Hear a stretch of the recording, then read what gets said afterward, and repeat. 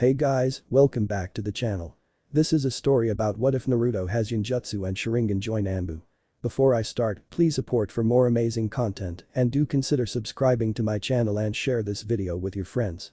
This is written by Kyoka Suigetsu Totsuka and link in description and support writer. Let's start the video. Chapter 1. How are you feeling, Naruto? The boy, no older than 8 years old, kept his eyes down, trying to ignore the Sandaime Hokage's eyes. He'd seen them like this before, solemn and old, tired and fading. Naruto hated the Hokage for getting old, or at least, getting older still. The old man had always been ancient, but with each loss and death he seemed to slouch lower, groan louder. The child had no idea how much more the old man could handle. I feel fine, Jai-chan. Braving a smile, he managed to look at his grandfather in all but blood. You don't have to worry about me. Fighting his quivering lips, Naruto turned away, looking down at his book, trying to ignore his tear-stained vision. I understand, he whispered, not everyone comes home. Tora was a proud member of the Anbu.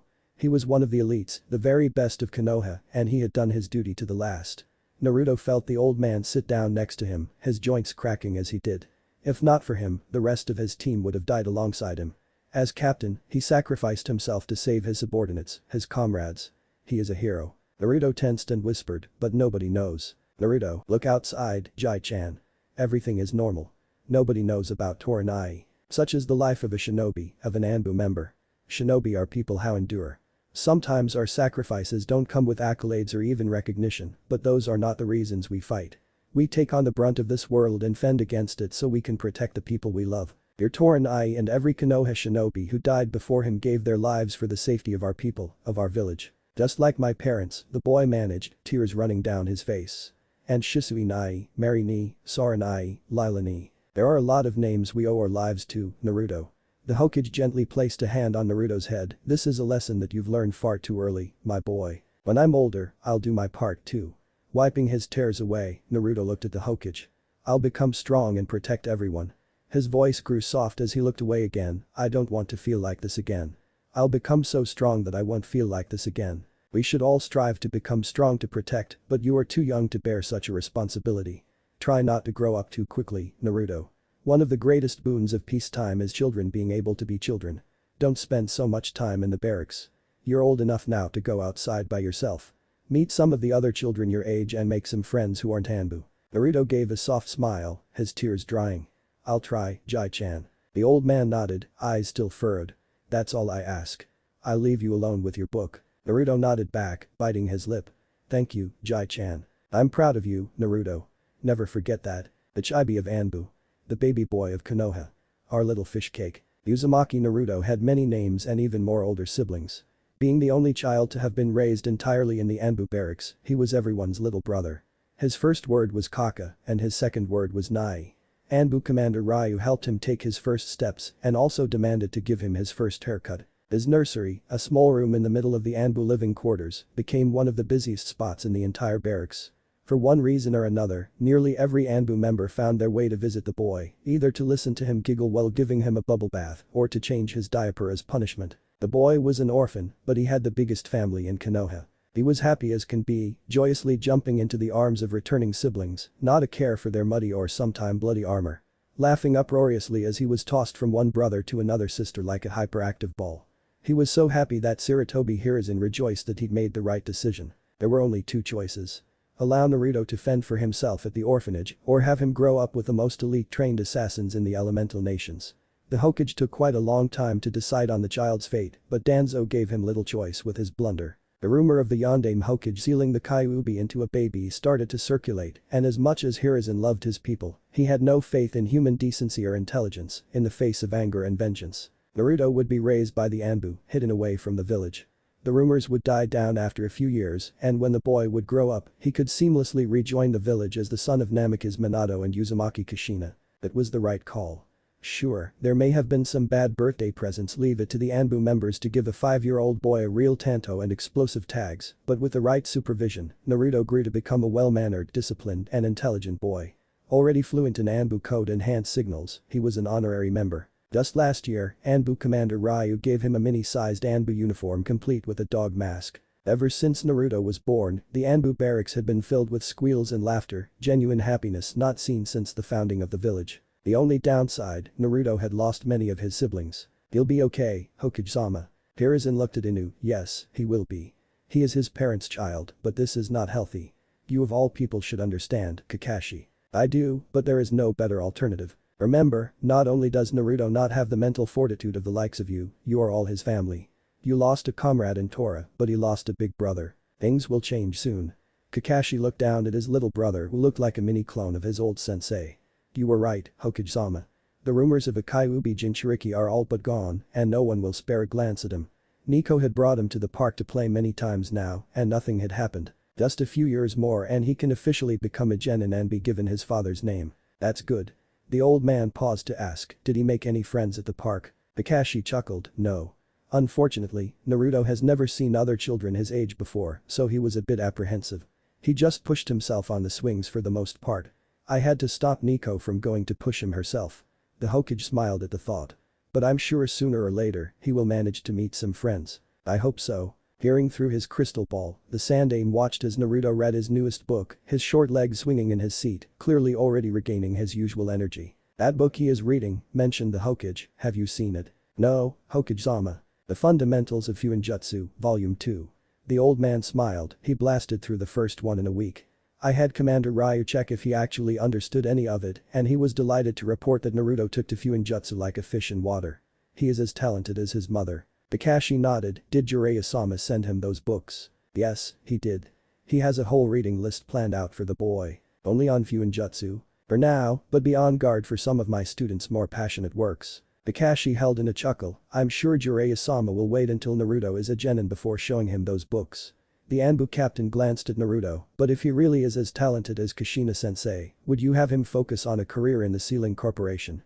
He's shown promise in ninjutsu as well. Basically everybody has been teaching him things under the table, so I'm sure he will do well in the regular forces as well. We'll give him the choice once the time comes, but as Minato has proven, he can be both a seal master and an elite jonin. Kakashi nodded. I very much look forward to it. As do I, my boy. At first, it was only once a week, but Naruto's visit to the park had become increasingly frequent. Much to the relief of his ever-worrisome family, the boy had finally grown accustomed to leaving the barracks. He'd still only explored a small part of Konoha, but his time in the sun had finally given him some color to his pale cheeks. His spiky blonde hair eerily resembled his father's, down to the twin bangs framing his face. Combined with his azure blue eyes, one would only need a shred of cognitive reasoning to see the connection between the boy and the yondaime, but as usual, none were the smarter. Sure, some in the Anbu had made the connection, but none were lacking enough to voice their discovery. One glance at the closeness between the ever-cold and ruthless Kakashi and the perpetually giggling Naruto, their actual brotherly bond, was enough reason to stay silent. Sharingan no Kakashi was keen on keeping his late sensei's only son safe and had in no small words claimed the boy as his own student when the time would come. Walking into the park, Kakashi held onto Naruto's hood. The boy had refused to hold hands with his siblings for a few months already, much to the heartbreak of some of his siblings, and he marveled at the similarity between the Naruto and his father. Perhaps they were being a bit too cavalier. Naruto even dressed like his father did as a child. Jiraiya had sent Naruto a white hoodie that looked identical to the one his father had worn on the daily. Naruto looked so much like his father, Kakashi could practically see Kushina pummeling Minato-sensei in heaven because his genes were being unfairly dominant. Hakan-ai, came the almost whiny voice of Naruto, you don't need to babysit me anymore. The boy said with a small pout. Yugani just leaves me at the park. You don't have to hover over me like this. Kakashi, for once not dressed in his Anbu garb, his face only half hidden with a cloth mask, smiled at his brother. Fine, I'll leave you be, but remember to signal to me once you're done playing. Ruffling the boy's spiky hair, he chuckled, try to meet some friends today. There are some cute girls playing on the swings, go join them. Just go, Hakan-ai. Naruto shoved his brother's hand away, I'm not a little kid. Chuckling again, Kakashi jumped away. Sure, you're not, Chibi. Spring had come again and children swarmed the parks in droves. It was a cloudless Saturday with a soft breeze through the trees. Not even the strictest of parents could deny their children such a beautiful day in the sun. Dozens of children packed into this one park and hundreds more filled the large field and green clearing that surrounded it. Looking around, Naruto saw many picnic blankets scattered along the grassy field, each one a family enjoying lunch. It was an unfamiliar feeling, the yearning for something lost, but it never had. The boy never met his father, but he often wondered what it would have been like to ride on his shoulders. He'd never met his mother, but he wondered what her food would taste like. It was a paralyzing train of thought, and Naruto had been down that particular path too many times to be trapped again. Shaking his head, he ran off. He figured it wasn't too far away from the hero's memorial. After all, he'd been there a few times already. But even at the tender age of 8, he knew better than to honor his heroes empty-handed. He kept running, away from the crowds and deeper into the trees. The canopies grew thick and blocked most of the noon sun, and the rowdy Saturday noise were silenced by the steady buzzing of cicadas. He ran faster, enjoying the warm wind against his skin as he sped through the forest, his strides becoming wider and his leaps farther, his eyes relaxing to let the world pass him by in a mirage of fleeting images. Finally, he felt better.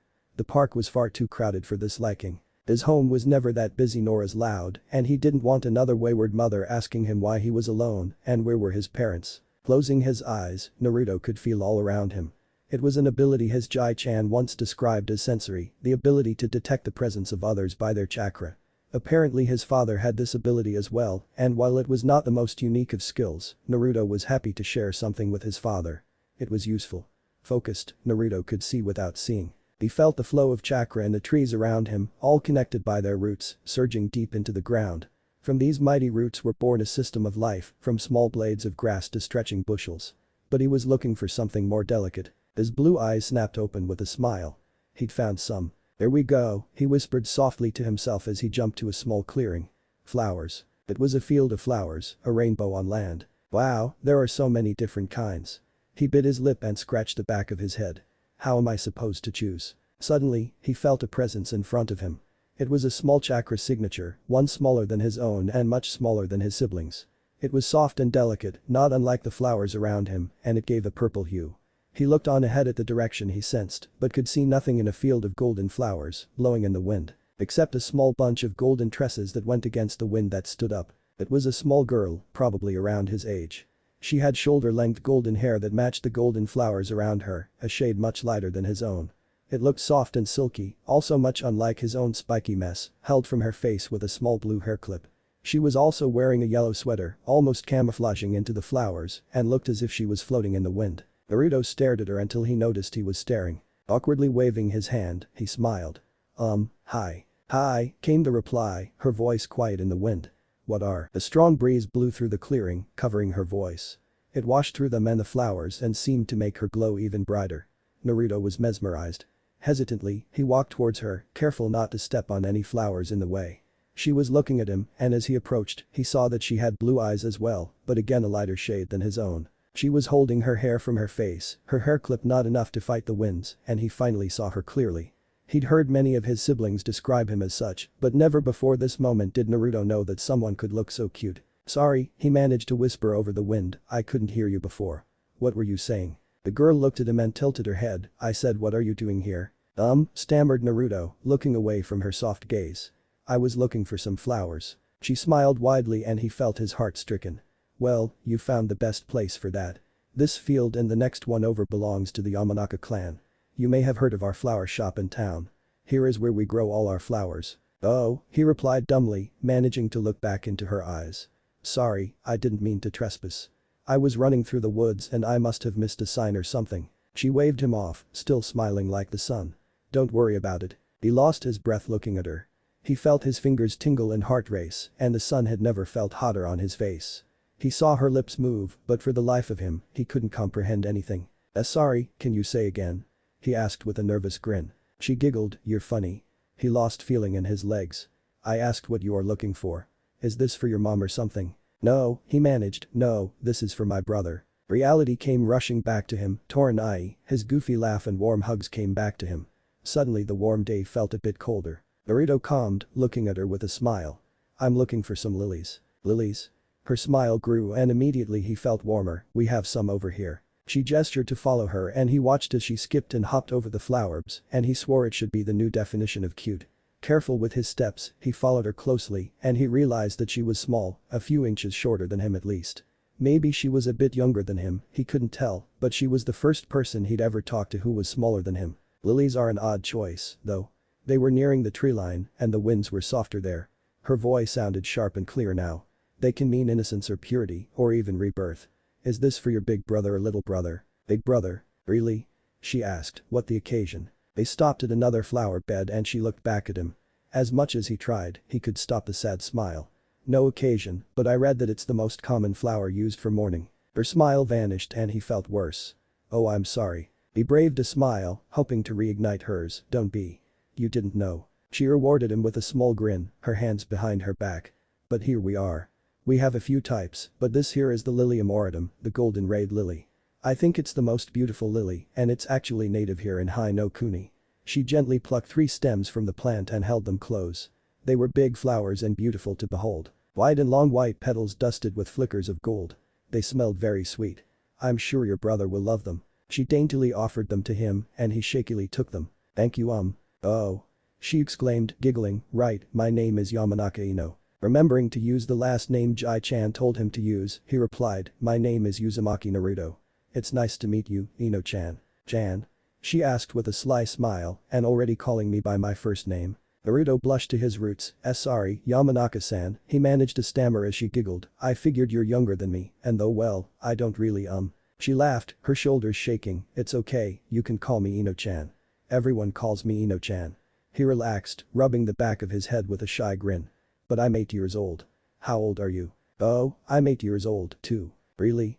She asked and he nodded, you're quite a bit taller than me. He was still rubbing the back of his head, I guess. She grinned, well, are you going to take those back now? Oh, right. He exclaimed loudly, making her giggle again. I will. Thank you, Ino-chan. I'll ask my sister to pay you back at your flower shop. Ino waved him off, no way, don't worry about it. No, I can't do that. It's fine. Honestly, I sometimes feed the animals with some of these flowers, so don't worry about it. Naruto reluctantly nodded. Okay, if you're sure. She nodded with a grin, I am. Thank you, Ino-chan. Cool, then let's go. She was looking at him expectantly and he stared back, slowly blushing at her stare. Are you coming with me? He asked hesitantly. Yep. Really? Why? I have nothing else to do today. My parents dropped me off at the park to play, but none of my friends were there. I came here to check on the flowers to pass the time, but following you seems more interesting.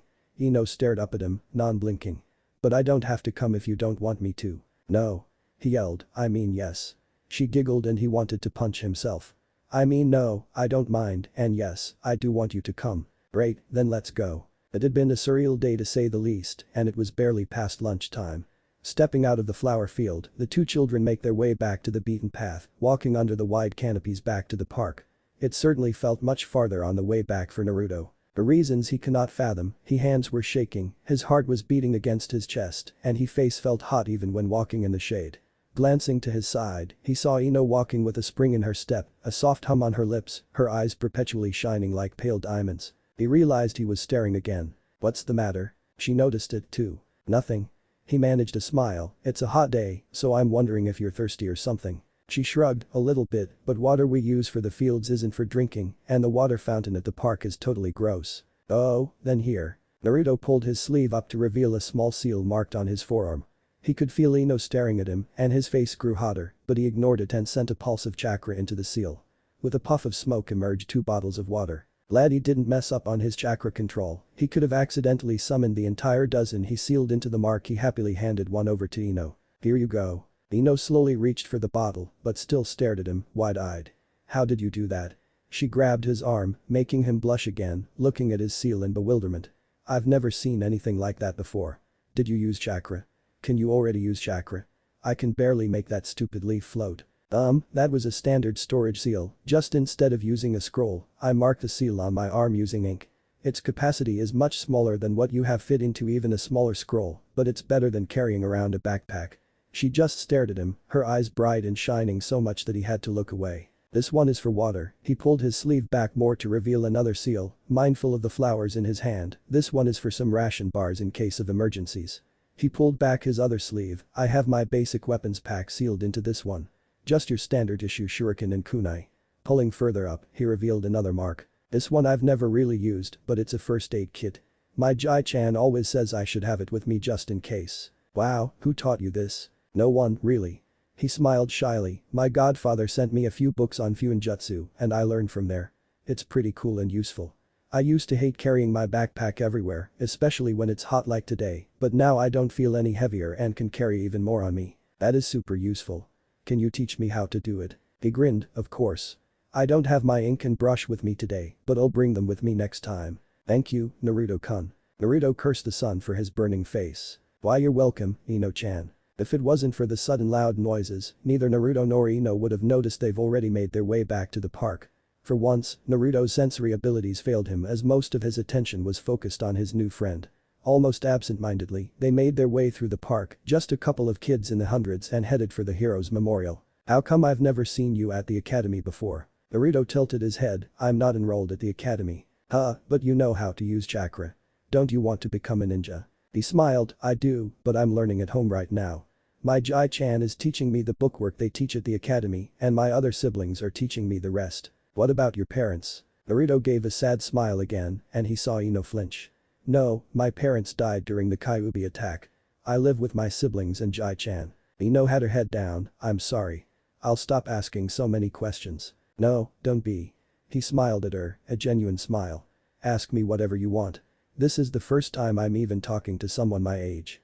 This is fun. Don't you have friends our age?" Ino smacked herself on the forehead. "Sorry, another stupid question." He chuckled. "I come to the park sometimes, but I don't really know how to talk to people my age. You're talking just fine with me." Still smiling. "I know. This is fun." Ino finally smiled again. "Well, come find me whenever you're at the park. I'm usually here on weekends." "Okay." The hero's memorial was within sight. It was a huge dugout of an area, at least the size of your standard Anbu training arena, and it was sunken into the ground. Statues and monuments were built along the edges of the ceremonial ground, each depicting the epic feats of the fallen heroes of Konoha. There was an urban legend Naruto had heard from his siblings that this dugout area was the result one of the Shodai Hokage's punches. Legend went that the Shodai had lost someone precious to him in war, and in anger and grief, he punched the ground with such power that it hollowed out the earth. In honor of the Shodai Hokage, the crater he created would house the hero's memorial. Naruto didn't know if it was a true story, but he chose to believe in it. Walking into the place, countless graves marked the ground, each one a fallen hero. At the very center of the field was a monument for the Will of Fire, and that was where Naruto headed. As he looked around and saw barely a few souls paying their respects, he thought back to his conversation with the Hokage. It was just a normal day for normal people, and no one knew the lengths his brother went through to secure the safety of the village. Ino stood back as Naruto approached the cold pyre. "These are for you, Toranai." Naruto whispered as he placed the flowers on the marble base, willing his tears away. "I hope you like them." He paused and stared at the monument. "I really miss you." He bowed low, his hand by his side. "Thank you for protecting our home and our family, my family." He looked to the sky, not letting his tears fall. "I promise you, Toranai, I'll become strong, so strong that none of my loved ones will need to die. I'll protect everyone so no one else has to. I promise, Toranai." Wiping his eyes dry, to turn back to Ino, smiling at her. "Are you okay?" she asked softly, gently holding his sleeve. "Yes, I feel much better now." He looked her in the eyes. "Thank you for coming here with me." She shook her head. "Don't worry about it." Ino looked to the pyre and bowed also, saying a silent prayer, Naruto assumed. He turned to the pyre and bowed again with her. In silence, they turned away, walking back where they came from. "I've never been there before," Ino muttered as they climbed the steps, leaving the memorial. "I've passed by, but never been in there. I hope you never have to again, Ino-chan." They walked in silence, but it was no longer awkward for Naruto. A weight had left his shoulders and he stood a little straighter. There was a clear goal for the future. To become strong. He had to become stronger than Toranai, stronger than his Jai-chan, stronger than every fallen hero in the memorial. Become so strong, he could protect everyone by himself, and no one in his family would have to be in danger anymore. "Do you have anything planned for tomorrow, Naruto-kun?" Ino's voice broke Naruto away from his thoughts. "No, not really. Jai-chan gives me weekends off, so I have nothing to do." Ino grinned. "Well, in that case, come back to the park tomorrow. I can introduce you to my friends and we can all play together." "Really?" asked Naruto with a hopeful smile. "Yeah, it'll be a lot of fun." "I'll be there," he answered back. "Thank you, Ino-chan." Chapter 1 End. Chapter 2 Naruto had watched his siblings prepare for missions his entire life. At the call of a scarcely different dull tone played over the intercom, a specific team would emerge from their rooms, sometimes dressed only in their underwear, and they would silently speed toward the armory. The boy had timed them once, and never had any of them taken longer than half a minute to be fully donned in their armor and mask. Immediately after, they'd all flicker to the arsenal, arming their bodies as much as their mission required. Lastly, the team's captain would take stock of their equipment and resources, and Naruto dreamed of the day he could be like his siblings. Never had he thought it'd come so quickly. "How many bottles of water do you have sealed in your arm?" asked Anbu Commander Ryu, his mighty dragon mask in full snarl. 12, Commander." Naruto ignored the giggles around him. "Have you prepared rations?" Naruto nodded with the straightest back he could possibly give. "Yes, Commander." Standard procedure. Enough for 3 days beyond mission requirement. What weapons have you collected from the arsenal? 20 kunai, 75 shuriken, 25 feet of ninja wire, 10 explosive tags, and 1 tanto. All have been inspected this morning and have been declared fit for battle. Naruto tapped his forearm. I have also taken the liberty of packing my ink and brush. I may have to aid my friend in creating a storage seal of her own. Very well, the commander noted. Do you still have your first aid kit? Yes, commander. Fully stocked and accounted for, sir. Naruto could practically feel the giddiness of his sisters, all huddled behind him whispering to themselves. Their masks did little to hide their excitement. It was the least professional Naruto had ever seen them, and it was ruining his first debriefing. He shoved down a pout and continued to refer to the commander, back straight and eyes forward. Good, the commander praised, making the boy resist a grin. Well done, Chibi. Thank you, commander. The towering beacon of a man knelt down to Naruto, his tone softer. Now, what snacks have you prepared for today? I'm unfamiliar with the latest tastes of children these days. Naruto scratched the back of his head, losing his composure at the mention of his least familiar subject. Yugao ni packed me some pudding cups, Nana ni gave me some lollipops, Mizu ni baked me some chocolate chip cookies, and Shiki ni gave me some money in case I need to buy more snacks. That sounds like enough, added the commander, though I am concerned that we are dealing with so many unknown factors. Make sure to jot down some mental notes as the day progresses. It is imperative we have more information the next time you have a playdate. Ryu lowered his head in thought, reminder. We are dealing with the heiress to the Yamanaka clan. They are a skilled shinobi family within Konoha and are the foremost experts in mind infiltration abilities. While you are only a novice when it comes to mental defenses, we will also assume that she is a novice in her clan techniques. We have no advantage in this case, but it should be safe to proceed. Duly noted, Commander. I expect a full report upon your return. Commander Ryu stood tall again, nodded at the young soldier. Dismissed, Chibi. Finally, cried his sisters. Like a rag doll, Naruto was dragged into the familiar arms of his older sisters.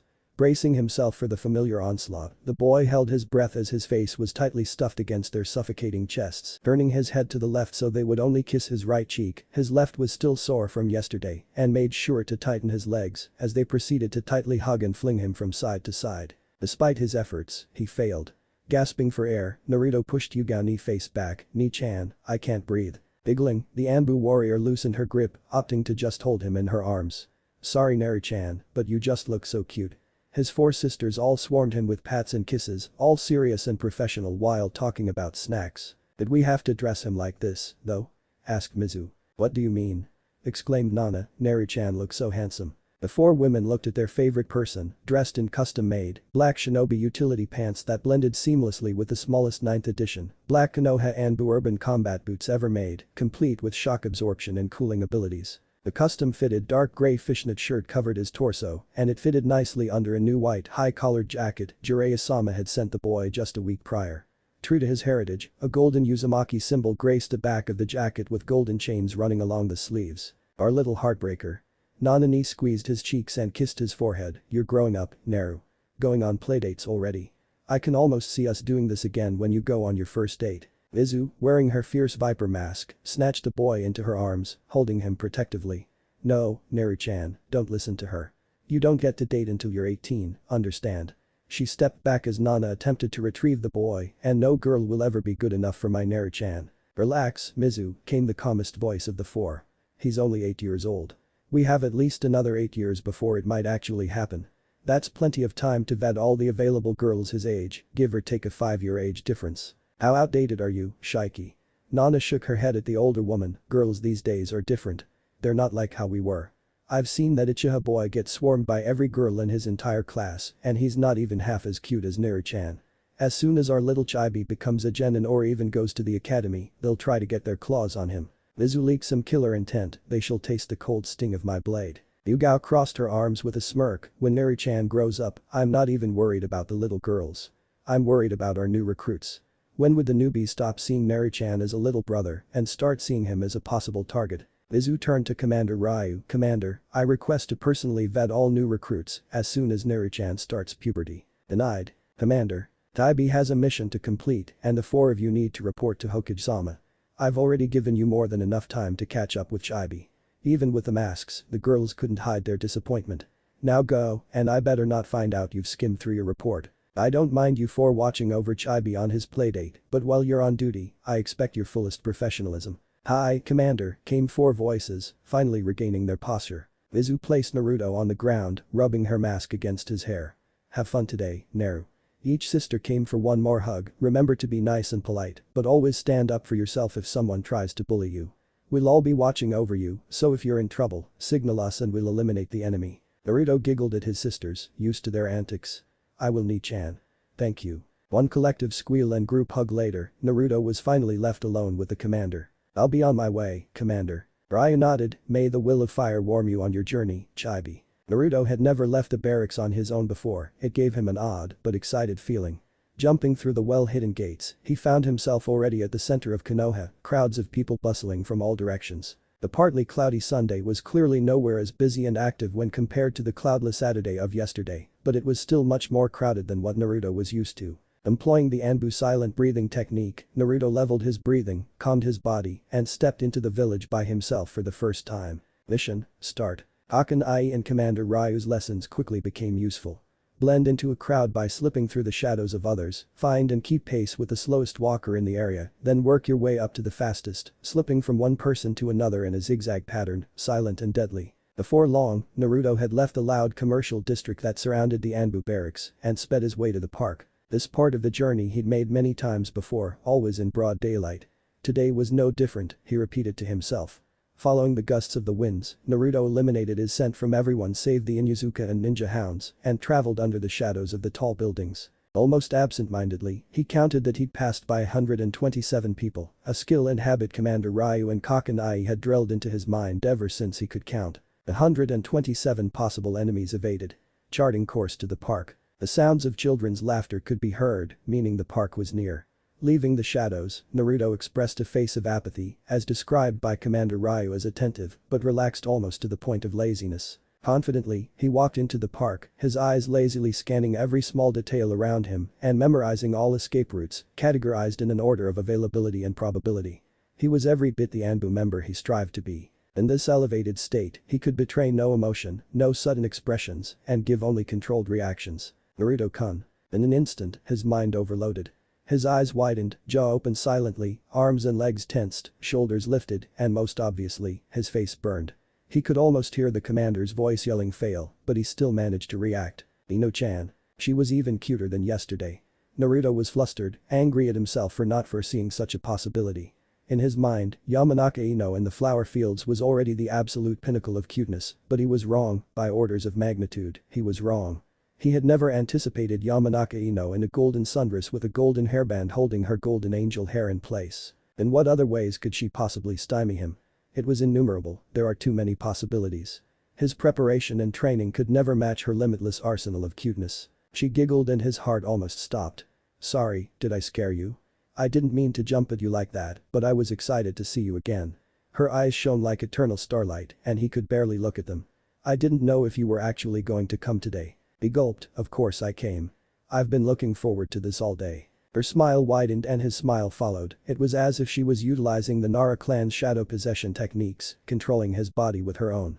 So far, this mission had many unforeseen difficulties and his Anbu training was failing him, or he was failing his Anbu training. "Really?" She jumped closer to him, bouncing on her feet, her eyes shining even brighter. "Me, too. I haven't made a new friend in a long time." Her words broke deep into his heart, shattering all of his mental defenses, as expected of the Yamanaka heiress. Her potential was immeasurable. In the face of such an opponent, Naruto could do nothing other than extol his true thoughts. "You're actually the first friend I've ever made, Ino-chan."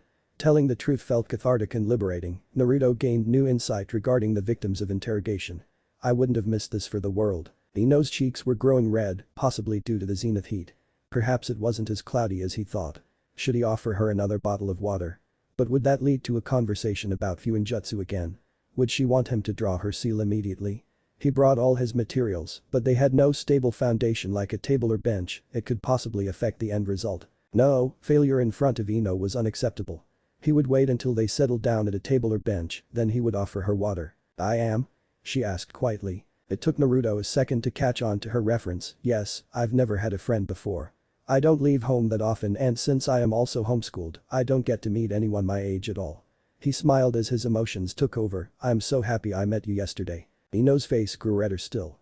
It was not good, he must bring her into the shade immediately. It's getting hot, so let's go find a spot in the shade. He inwardly awarded himself a high five for keeping a steady voice. Sure. She stuttered. Maybe she was more uncomfortable with the heat than he thought. Speech impediment was a sign of heat stroke, specifically slurred speech. Ino was not quite displaying such a symptom, but he could not take the risk. Come on, we have to hurry. He grabbed her hand, which was sweaty. Another symptom of heat stroke. He ran as quickly as she could, his eyes frantically searching for a large tree, and he was rewarded with a towering oak with a near-empty shadow and a very enticing vacant bench by its trunk. With quick glances and counting in his head, there were 22 people standing between them and the bench, 10 of which were heading for that direction, and the bench can only seat 2. It was a race. Grasping Ino's hand tighter, he led her through the crowd, ignoring the odd smile the wandering adults were sending their way. Only a bit farther, Ino-chan. Oh okay, came her weak voice. No. She was becoming weak. Finally, another 8 seconds passed, and they were coolly sitting on the shaded bench, back against the cold and refreshing wood. That was close, he muttered, smiling at Ino. Are you feeling better now? I'm sorry, I should have known better than to talk under the hot sun. Leaning closer to her, he gently placed a hand on her forehead, and she was burning. Her eyes were wide and she looked like a tomato. Was she going to faint? That could be deadly. He hadn't packed any ice packs. How could he have been so careless? This entire mission was a dark mark he could never erase from his records. He could already sense the disappointment of his family. Ino-chan, try to relax and drink some water. He tried to pull his sleeve up to unseal the water, but this jacket had no stretch. It wouldn't pull up high enough. Cursing himself and his godfather for using such faulty equipment, he took off his jacket, leaving him bare in his fishnet shirt, which was now clinging to him because of his nervous perspiration. Sorry, stupid jacket was blocking my seal. He tapped on the seal and summoned the bottle of water, and it was still cold. Please, Ino-chan, you have to drink this as soon as possible. You're burning up. Heat strokes are very dangerous. Here, I'll open it for you. He slid closer to her, his leg brushing against hers, and he felt a jolt of electricity through him. Perhaps she was a Raiden user, but he couldn't dwell on that thought. He gently lifted the bottle to her lips, staring pleadingly into her eyes. Please drink, he whispered, but she wasn't moving. Please, Ino-chan. Slowly she tilted her head back, and he gladly poured the bottle for her, smiling in relief as she drank as much as she needed. He had salvaged the mission. His friendship with Ino was still possible. There you go, he said softly, pulling the bottle back once she finished over half. You should be feeling better soon. Ino stared at him, wide-eyed and still burning red. Thank you, Naruto-kun. He gave her his widest grin. No problem, Ino-chan. Anything to make you feel better. Unknown to the young duo, above them in the canopy of the oak tree, under a veil of shadows, hid 4 Anbu members. Each suppressed their chakra to their lowest point, all knowing of Naruto's sensory abilities. Together, these 4 agents had completed over 500 missions ranging from A to S ranked, and all have been on more recon missions than they cared to count, but never had it been harder for 3 of the 4 of them to remain silent than now. Yugao, wearing her cat mask, pinched herself on the thigh, desperately trying to stifle her laughter. The ever-prepared Kunoichi, she had brought along with her a parabolic microphone and video camera, and she would forever thank whatever power above for allowing her to capture this moment on tape. Don't laugh, Nana whispered, biting into her lip to stop herself. Yugao, her shoulders trembling, replied, I can't. Shaiki, holding her breath, managed to realize that 4 branches conveniently surrounded them. Forming a hand sign, she quickly attached 4 tags on them and whispered, silencing barrier. It took a total of 5 seconds to fully envelop them, and it was the longest 5 seconds of their lives. 5, 4, 3, 2, 1. Yugao nearly fell from the tree as tears pooled behind her mask, clutching onto a branch. I got it on tape. I got it on tape. No, please, managed Nana between gasps, I'm going to pee myself. Shaiki, huddled in a corner, trembled and shook in laughter, clutching her stomach. Oh, it hurts. Mizu, the only one not laughing, crossed her arms and shook her head. You 3 are ridiculous. This is not funny. Clearly our little brother has been corrupted. Yugao choked between breaths of laughter, swatted at Mizu's leg. Stop, I'm also going to pee myself. Ugh, laugh it off, Mizu muttered, I'll wait. It took a full 5 minutes, and they were nearly exhausted after. Mizu, welcoming the silence in between giggles, continued, we have a problem on our hands. Clearly. Cried Nana, you were worried about the girls. I am worried for the girls. We have a budding heartbreaker on our hands. Yugao leaned against Shaiki, he took off his jacket. The laughter returned, and bottle fed her. Shaiki settled down into a chuckle, that poor girl never knew what hit her. Calm down, ladies. Mizu sighed, yes, I am no longer concerned about the girls, but we have a much bigger problem on our hands. Clearly someone has been teaching Naruto to behave inappropriately. If I had to guess, I'd blame this on Kakashi. He's become quite brazen lately with his reading material. But Hokage-sama or even Commander Ryu wouldn't be out of the question. Clearly Hokage-sama shares similar interests as Kakashi, and we never know what the commander is thinking. Killer intent was leaking from her, but the main cause of our problem is one of the legendary Sannin, Jiraiya-sama. Yugao sent Nana and Shiki a look, rolling her eyes. Jiraiya-sama hasn't been in the village for years, Mizu. No, but he has been sending Naruto books to read. Who knows what he slipped in between those few ninjutsu volumes. Either way, they are just children. I'm sure Naruto had no idea what he was actually doing and was genuinely trying to save the girl from a heat stroke. Nana erupted in laughter again. Shiki looked over at Yugao, please send me a copy of the tape. Yugao grinned, oh, I'm giving this to everyone in the barracks. Naruto and Ino sat in silence with the boy diligently watching the girl. It took a long while, but her face finally cooled down and she had since finished the bottle of water by herself. But now her gaze barely met his eyes and he wondered if she was mad at him. Had he been too rough while pulling her into the shade? Perhaps she didn't want help with the bottle. Again, there were just too many variables concerning Yamanaka Ino. Are you feeling better? Ino nodded meekly, shyly glancing at his worried eyes. Much better. I'm okay now, Naruto-kun. Great. He rubbed the back of his head, I'm sorry for being so forceful before. I was scared you were going to pass out from the heat. No, Ino quickly squeaked, it's okay. They sat in silence again, but were much more comfortable this time. A soft breeze blew into the clearing, loudly ruffling the leaves above them, and they both cooled down significantly. So, Naruto began, breaking the silence, where are your other friends? I thought you were all playing here today. Ino gave Naruto a small smile and shook her head, no, it's just me. She sighed, we do usually meet here to play, but they weren't here yesterday either. She frowned, and Naruto was flooded with worry. I don't think we're friends anymore. I had a fight with them a few days ago at the academy. Fight? Asked Naruto concerned, you mean like a spar? Did it get out of hand? No, it was a yelling fight, she replied, but I did trick them into thinking that I poisoned them. Huh? Ino sighed, there's this girl in the same class as me. Her name is Haruno Sakura and she's super sweet and cute. She has a larger forehead than most people, but still cute. For the whole school year, these girls, who I guess are my friends, started to bully her because of her forehead. They made her cry everything. That's horrible. Exclaimed Naruto, causing dissent within a team, or in this case, a class, was a punishable office in the Anbu. Did your sensei punish them? Ino rolled her eyes, of course they didn't. These girls are smart when it comes to this stuff. They only make fun of her during field exercises when no one is around. Sakura is also very shy, so she'll never tell on them to sensei. Naruto connected the dots and smiled at Ino, so you were there to protect her. I did what I can, she replied, I asked Sakura to be my partner for the class. I thought maybe this way she could join our group and they would stop bullying her, but it didn't work. It didn't matter that I was there, they still kept calling her billboard brow and made her cry. These girls lack discipline.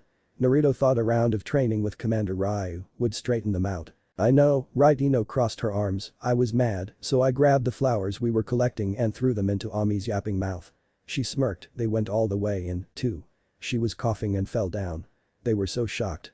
Just to get them to leave, I told them the flowers were poisonous and they'd die if they didn't find sensei right away. Wow, so you resolved the situation with no casualties, no waste of actual resources, but still made the enemy retreat out of fear.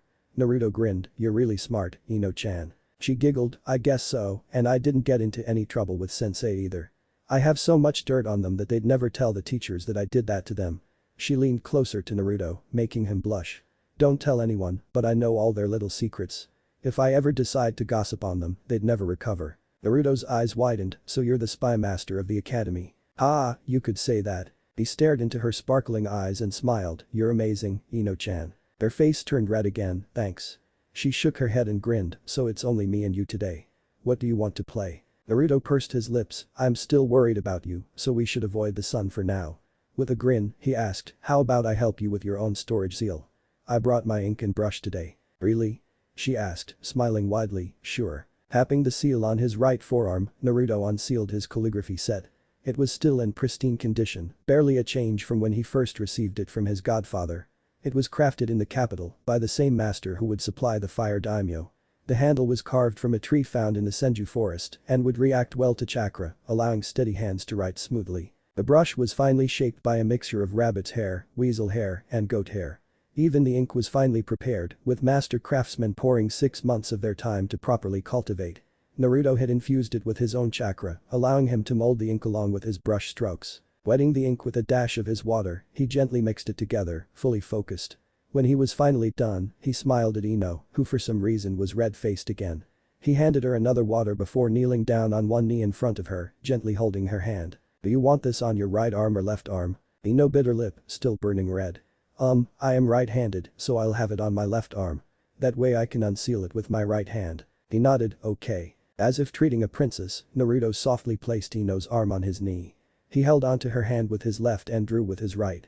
This was his first time drawing a seal on someone else, drawing for his first friend, and he was beyond excited. He looked up at her and smiled, thankful for her indulgence. She was so smart, honorable, and cool. Not to mention the cutest being imaginable. He couldn't believe she was here with him. This may feel a little ticklish at first, but try to stay still, okay? Oh okay. He started the first stroke and she flinched slightly, but it did not matter. "It also a bit cold, sorry about that." She silently shook her head, still red. She didn't flinch on the second stroke and all was calm and serene, as Fuinjutsu should be. This was his art, as his godfather would tell him in his letters, and he should take pride in it. He continued with confidence and efficiency. "This is a simple seal," he explained, barely louder than a whisper. "We are drawing a basic array first around the spot we want the actual seal to be. Think of these inscriptions as pathways for your chakra to access, and your arm as the seal tag. It may cover a large area of your arm for now, but at the end, you'll only have a small mark on it." He felt Ino stare at him intently as she spoke. "How long have you been practicing this?" "A few months now," he replied, his voice soft and gentle. "Apparently my mother and father were quite good at Fuinjutsu when they were alive, so my godfather figured that I might take to it as well." He was right. "I don't really enjoy book learning, but I couldn't put the Fuinjutsu books down once I started reading. You could be a seal master by the time we grow up," she added, her voice as soft as the breeze. He smiled, his eyes never leaving her arm. "Maybe, but my dream is to become Hokage." He glanced at her briefly, blushing slightly at her intense stare. "Every Hokage in history has been a part of the regular forces, and they have all taken a genin team. I guess for now I am aiming to become a genin and foster my own genin team." He braved another glance at her, marveling at her sparkling eyes. "But this is a long time into the future."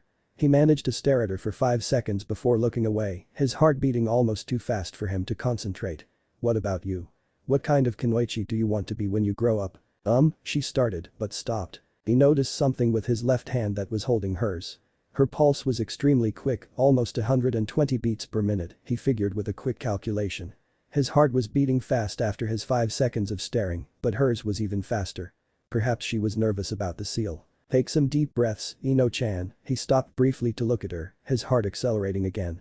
"This is a simple seal etching, it's not dangerous, and you won't feel any sort of discomfort with it." She nodded, breathing in deeply, but still burning red. "I'm okay, Naruto-kun. You can continue." He smiled, "You're doing great, Ino-chan." He noticed her look away from him, but spoke, "You look really cool when you work, Naruto-kun." It was his turn to flinch.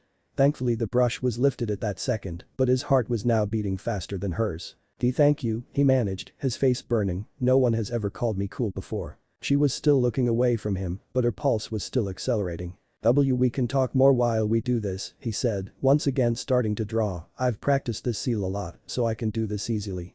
We should keep talking to help us relax." "Sure," she whispered back. You're friends," he started as Ino slowly turned to look at him again, "or well, not really your friends anymore. Do you think they'll bother you anymore?" Ino shook her head. "No, I don't think so. If they did, they'd be here today and yesterday." "That's good," he added. "What about the girl you mentioned, Sakura-san? She'll be fine, too. I'll be there for her as her friend." He smiled. "I guess she is as lucky as I am, huh?" She looked away again, her pulse erratic. "Why yep. Just a few moments more," and Naruto smiled, ending his drawing with one final stroke. "There we go.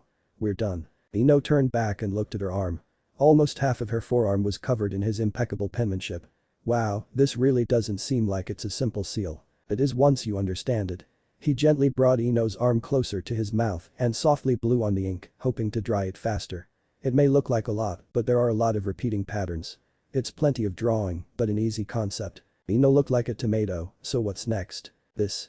Naruto formed a Hitsuji hand sign and focused his chakra to his right palm. He held Ino's arm in his left hand as he placed his right on her forearm.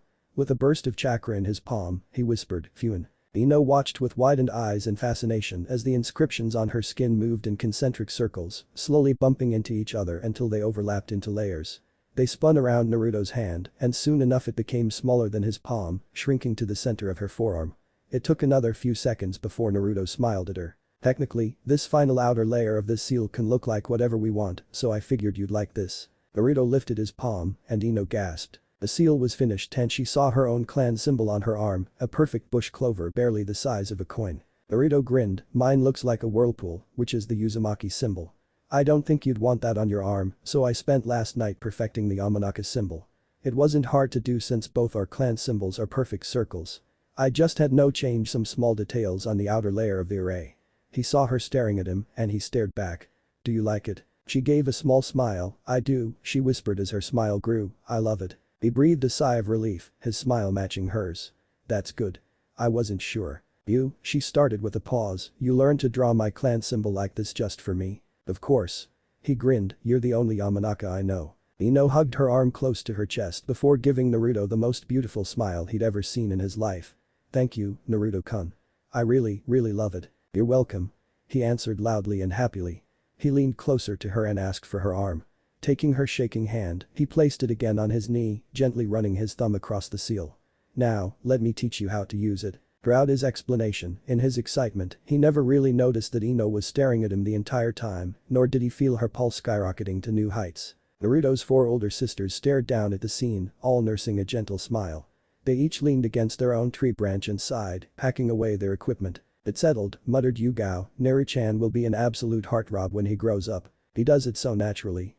Added Nana, and he has absolutely no idea. Shaiki chuckled with her arms crossed, that's what makes him so dangerous.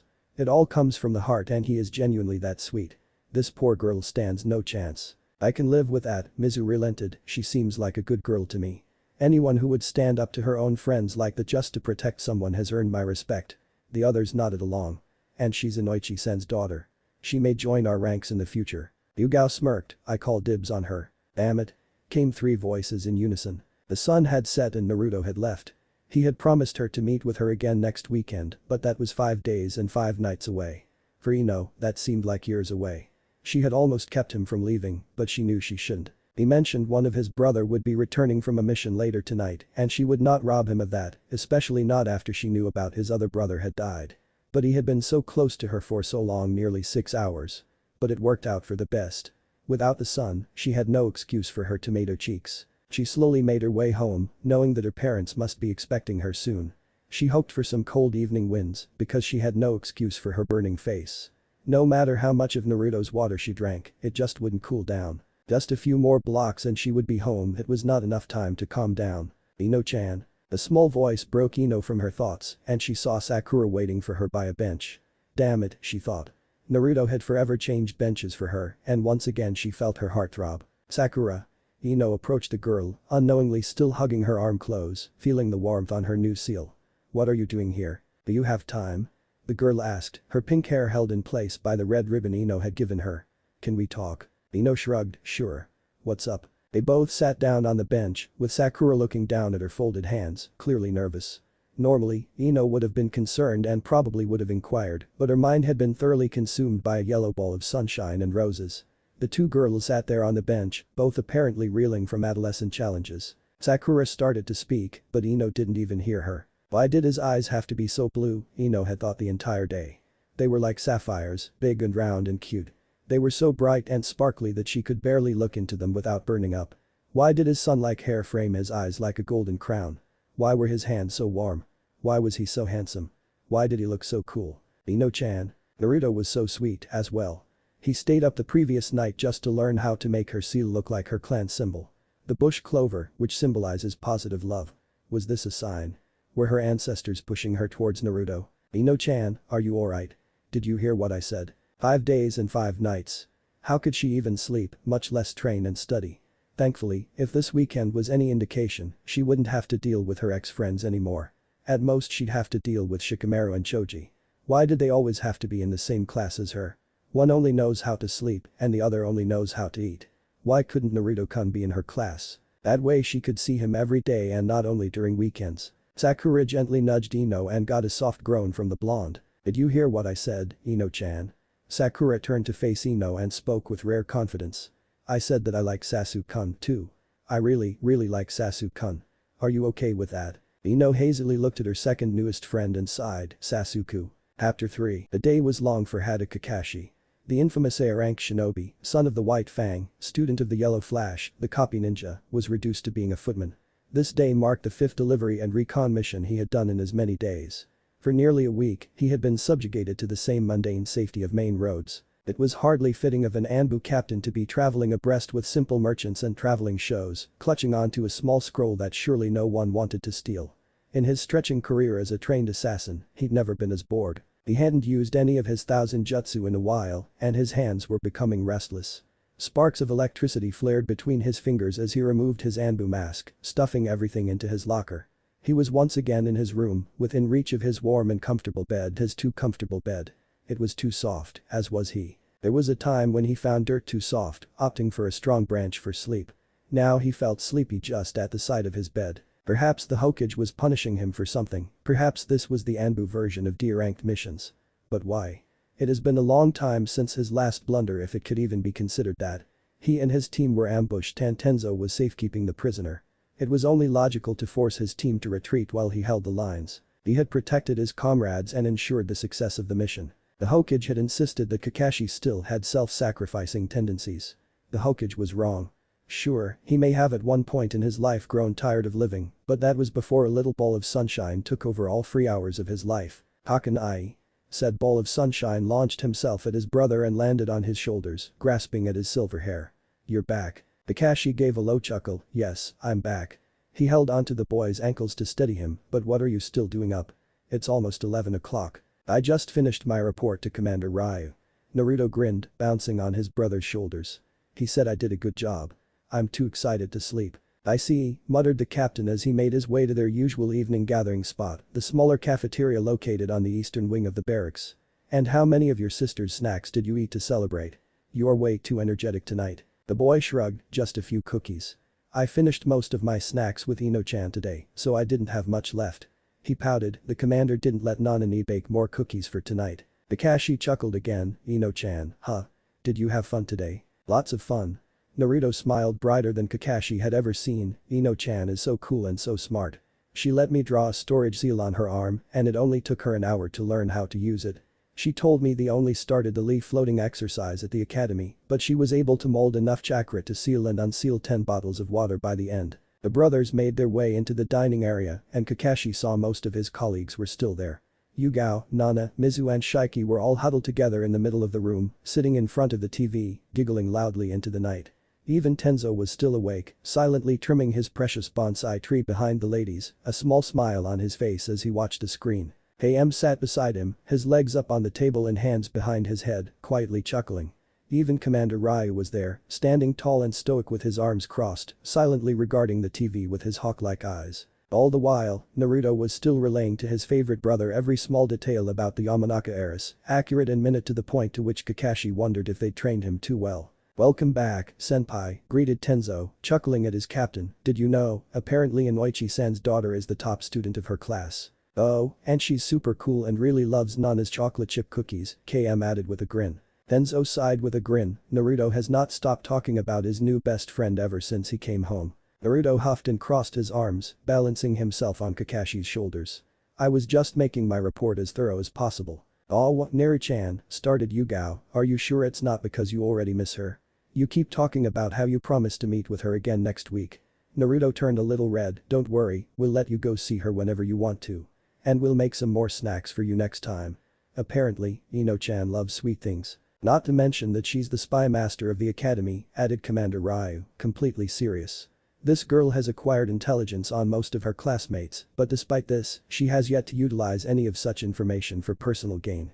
This indicates an acceptable ethical standard and an understanding of using power in moderation. I am very impressed with young Yamanaka-san.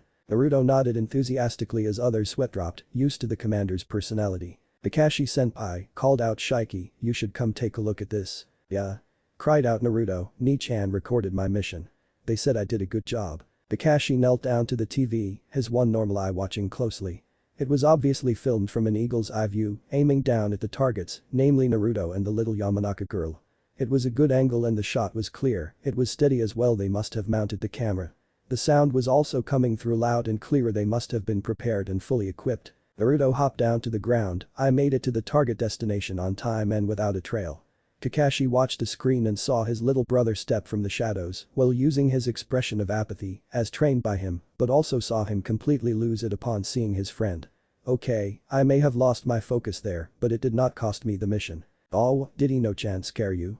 Asked Nana, pulling her chibi into her arms, or was she so pretty that you completely lost focus? Naruto blushed. I was just surprised. At how pretty she is? Asked Yugao, looking innocent. No. Naru, why don't you explain to Kakashi what happened here?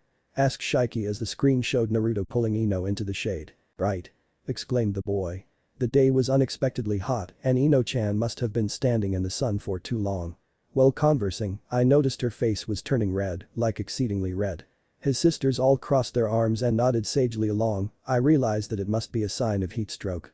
Kakashi choked on his spit as Tenzo and KM chuckled. As you can see, I was forced to retreat to a cooler area and because of Ino-chan's weakened state, I thought it best that I lead her by the hand. Yes, that was a smart move, Naruto, commented KM, very smooth. Right, replied Naruto, looking utterly confused. It was at this point that I noticed her hand was getting sweaty, another sign of heat stroke. KM and Tenzo chuckled again as Kakashi stared at Naruto. I had to hurry, so I regrettably held onto her hand tighter and ran faster. At this point, even her voice was weak. She even started to stutter. I was really worried, but we got to the bench on time. Was her face still red? Asked Kakashi, sounding serious. Yes. Naruto pointed at the TV, it was getting even more red. She looked like a tomato. Kakashi was seriously wondering if Minato-sensei's overly dominant genes somehow compelled his son to be attracted to tomato girls. Kushina must have been smiling down at her son at that moment. She had often told Kakashi that she wanted Naruto to find a girl like her. I placed my hand on her forehead to see if she was burning up and she was. And she kept getting redder. Kakashi just stared at his brother, the girls all quieting laughing behind them. The heat must have somehow affected her, so I thought to unseal some water for her. Kakashi nodded, following along. But here is where I must file a complaint. Naruto huffed, the jacket Jiraiya sent me has no stretch. Kakashi watched the screen and saw Naruto take off his jacket in front of the girl before proceeding to show her his arms. I had to take it off to get the water and that cost me a few seconds. Thankfully, I got the water on time. Ino-chan looked like she was close to passing out by then. Kakashi felt his jaw drop as he watched his brother lean close, very close to the girl and proceeded to bottle feed her the water. She was almost unresponsive when I tried to feed her the water. It took a few seconds, but she managed to drink some. Thank goodness, because I'm not sure if she would still want to be my friend if she passed out the first time we played together. Why you almost made a girl pass out the first time you played with her? Asked Kakashi, ignoring the laughs of Tenzo and KM. No, I didn't. Answered Naruto, the heat did. Aren't you listening, Kakanai? Please, continue. And so the boy did, recounting his first mission to the most minute detail, supported by video evidence. Not once did he notice the baffled and widened eyes of Kakashi. The Anbu captain was looking around at his comrades, all sending him a knowing smile. Even the commander was amused he had stopped crossing his arms. They all knew. They understand. They realized Naruto's potential and what this could mean.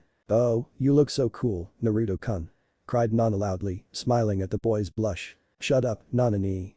He blushed to the roots of his hair, Ino-chan didn't say it like that. Yugao grinned, so how did she say it? She said it better. He yelled as he grew redder, just let me give my report. The highlights were reviewed and soon the tape came to a close. I knew you were coming home tonight, Kakanai, so I called it a day when the sun started to go down. Ino-chan looked a little disappointed, but she told me that her parents are waiting for her at home, too. We ended it there, but I promised her that we'll play again next weekend. Kakashi stared down at his beloved little brother, who actually ended his playtime with a girl just so he could welcome him home. On one hand, he was elated and proud that he meant so much to his brother, but on the other, he regretted rushing home so quickly.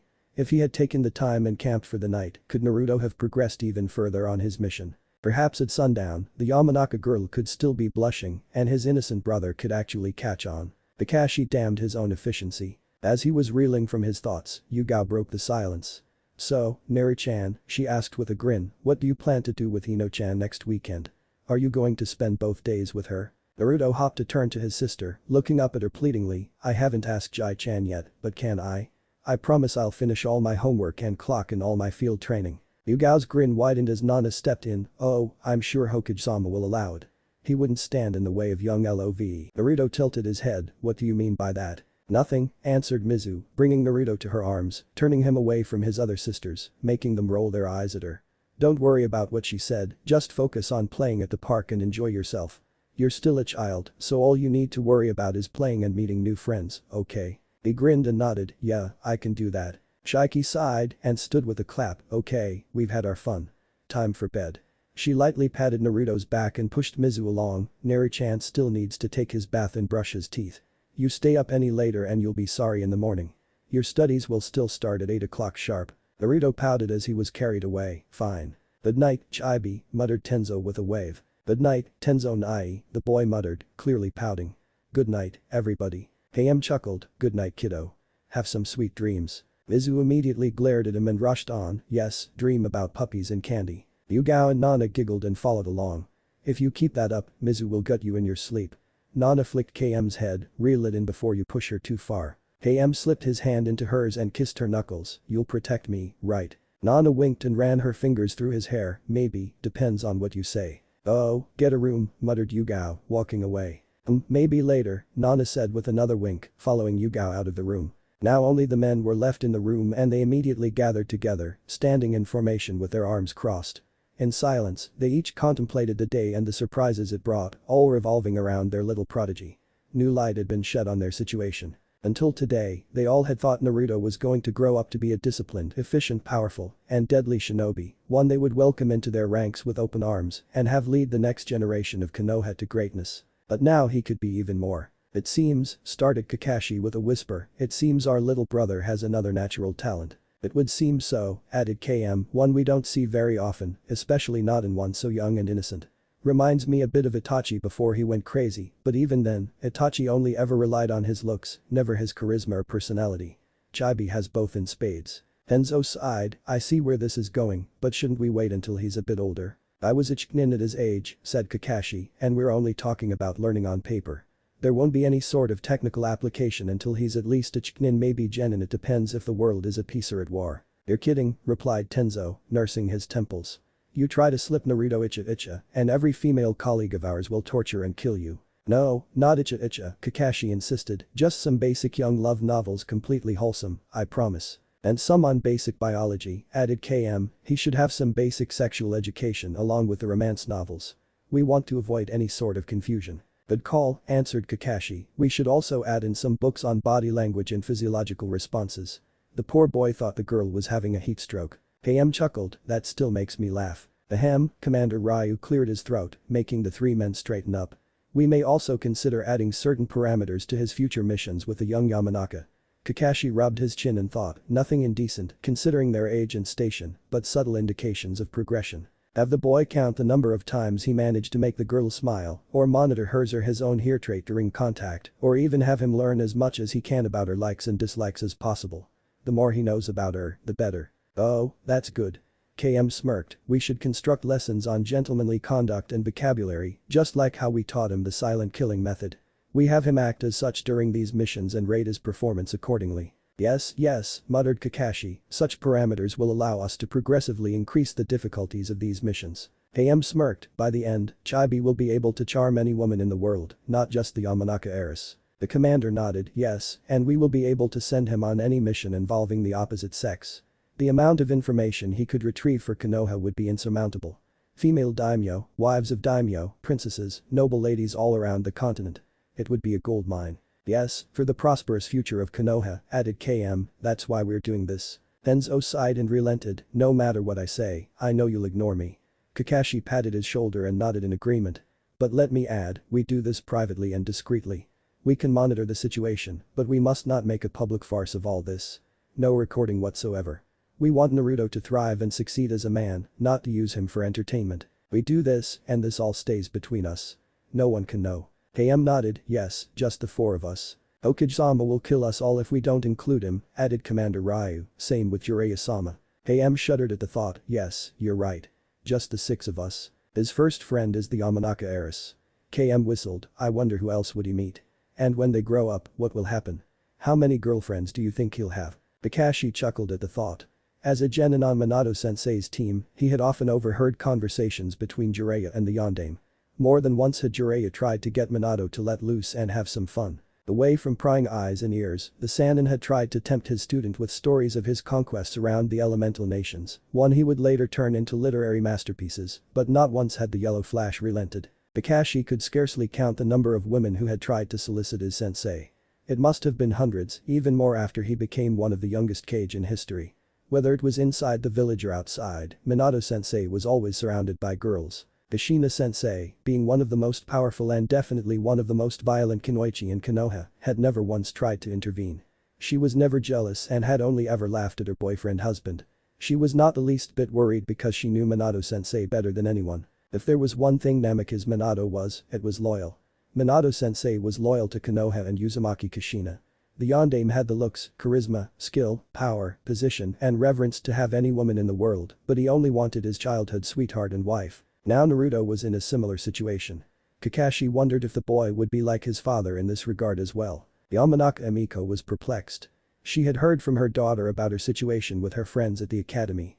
While she was proud of her daughter for standing up for poor Sakura-chan, she was worried about Ino losing almost all of her friends. The Yamanaka matriarch had gone on a bakery shopping spree after dropping her daughter off at the park, fully intending to defeat Ino's sadness with sweets. But upon her return, Ino was happier than she'd ever seen her. Sitting together on the couch watching TV, Emiko watched as her daughter giggled to herself. "Ino-chan, are you feeling okay?" Ino looked at her mother, smiling widely, and nodded. "Of course. I feel great. Did you have fun today at the park?" "I did." The girl replied loudly, "I had the best day ever." A manly chuckle interrupted Emiko's next question as Yamanaka Inoichi walked in, happily scooping his daughter into his arms. The girl giggled as she sat on her father's lap, happily bouncing as he sat back down on the couch. Inoichi kissed his daughter's hair. "What got you so happy today, princess?" "I spend the day playing with Naruto-kun." Emiko blinked in surprise along with her husband. "Naruto-kun? Did you make a new friend? And is it a boy?" asked Inoichi softly, looking afraid. "Yeah, didn't I tell you about him?" Ino's smile was so wide Emiko was afraid it'd hurt. "I met him yesterday at the park. I was playing in our flower fields and he walked by looking for flowers. We hung out the whole day yesterday and today." She giggled again, much to Inoichi's horror. "He's the coolest." Ignoring her husband's pale face, Emiko smiled. "That's great to hear, honey." Pausing for thought, "How old is Naruto-kun?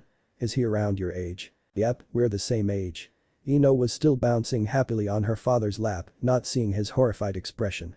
"Actually, I am 17 days older than him. He was born on October 10th. I asked. That seemed to break Inoichi out of his nightmare. "October 10th, 8 years ago." Ino nodded, "Uh-huh." Emiko caught on, grimacing. "That really was not a good date to have for a birthday.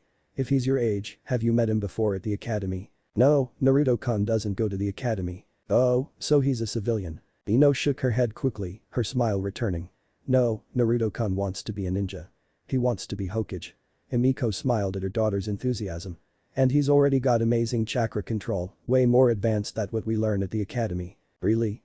asked Inoichi. "Where did he learn it if not at the academy?" "He said he's taught at home by his family." "Is he in a clan?" asked the father. "What's his last name?" "Uzumaki," she exclaimed, missing the flinch of her father. "His full name is Uzumaki Naruto." Emiko looked at her husband before asking, "Uzumaki, that's a name I haven't heard in a while. Did you meet his parents?" Ino's smile dimmed. "No, Naruto-kun's parents died during the Kyuubi attack. He lives with his grandfather and his siblings." Emiko sat closer to her husband and daughter, reaching for her husband's shaking hand. "What does Naruto-kun look like?" Ino blushed with a shy smile. "He looks very cool." She looked away from her parents. "He is so handsome," she whispered, getting redder. "He is even more handsome than Sasuke-kun and way cooler, too. Like, he actually talks and smiles and laughs. He has such a cute laugh." "That's great, honey," interrupted Emiko, "but what are his features like?" "Like his hair or eyes?" Ino grinned. "He has blonde hair, too." Inoichi flinched as Ino continued, "But not like ours, it's a bit darker. It's also very messy, but in a good way. It's very spiky, but it frames his face perfectly. His eyes, too.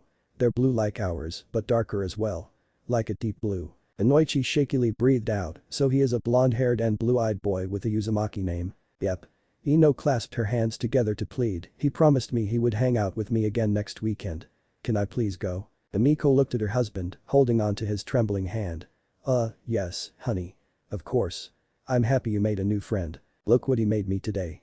Ino pulled back the sleeve of her sweater and showed her new personal storage seal to her parents. "Isn't it cool? It's our clan symbol." Emiko smiled as her husband was still in a daze. "It's very nice. Did he draw it on you? Ino shook her head. No, Ka-chan, this isn't just a doodle. Here, let me show you. She formed a hand sign and molded her chakra before tapping the seal with her right palm. A puff of smoke appeared and shocked both her parents. Ino grinned at their surprise as she held an empty bottle of water in her hand, the same one Naruto used to feed her. See. This is a storage seal. Naruto-kun drew it for me. What do you mean, princess? Asked Inoichi. He made the seal himself. Yes, he did. Ino was gushing. Yesterday she showed me his own storage seal on his arm, and I was amazed. He said that he'd make one for me, and he did today. Not only that, but he also changed how it looks. She rubbed over her seal. His seal looks like a whirlpool because of his clan, so he spent basically the entire night practicing how to make the seal look like a bush clover instead. Isn't he just so sweet? She hugged her arm close again. I can't wait to see him again. Emiko forced a small smile. What a talented boy. I know, right? Inoichi gently placed Ino on the couch and stood up. Sorry, princess. Tu-chan needs to go visit your uncle Shikaku for a bit. Ino tilted her head and shrugged. Sure, okay. Honey, started Emiko as she stood, too. Inoichi gently rubbed his wife's shoulder. I won't be out too late. It's okay, just she sighed. Figure this out. I need to know if. Inoichi nodded. I know. Me, too. Emiko sat back down and pulled Ino close, trying to pay attention as her daughter went on about her newest friend and obvious crush. She nodded along and smiled at times, but she couldn't help but want to follow her husband. She had to know if her friend's son was still alive. And if he was, why was he hidden away? Kushina, Chapter 3 End. Chapter 4 Anbu Commander Ryu was the longest-serving Anbu captain in history before he was promoted to the rank of commander. Some may consider it an impressive accolade, but the average lifespan of an Anbu member's career was short, whether it be from death or retirement. Not everyone could live in darkness, hunt in the unknown, and die in silence. The Anbu life was grim and ruthless, void of joy or emotion. They all lived in minutes, seconds. They had absolutely no prospects for the long term. After all, death was always knocking on their door. Ryu had comrades once. He had his own superiors and peers. He had looked up to the Sannin in his youth, idolized the White Fang of Konoha, and saw the Sandaime Hokage as the god of shinobi, as did most of his peers. But everyone in his generation was gone now. Some had retired into civilian life, some had joined the regular forces and became standard Chunin, or, if they didn't incur any lifelong injuries or mental blocks, Junin.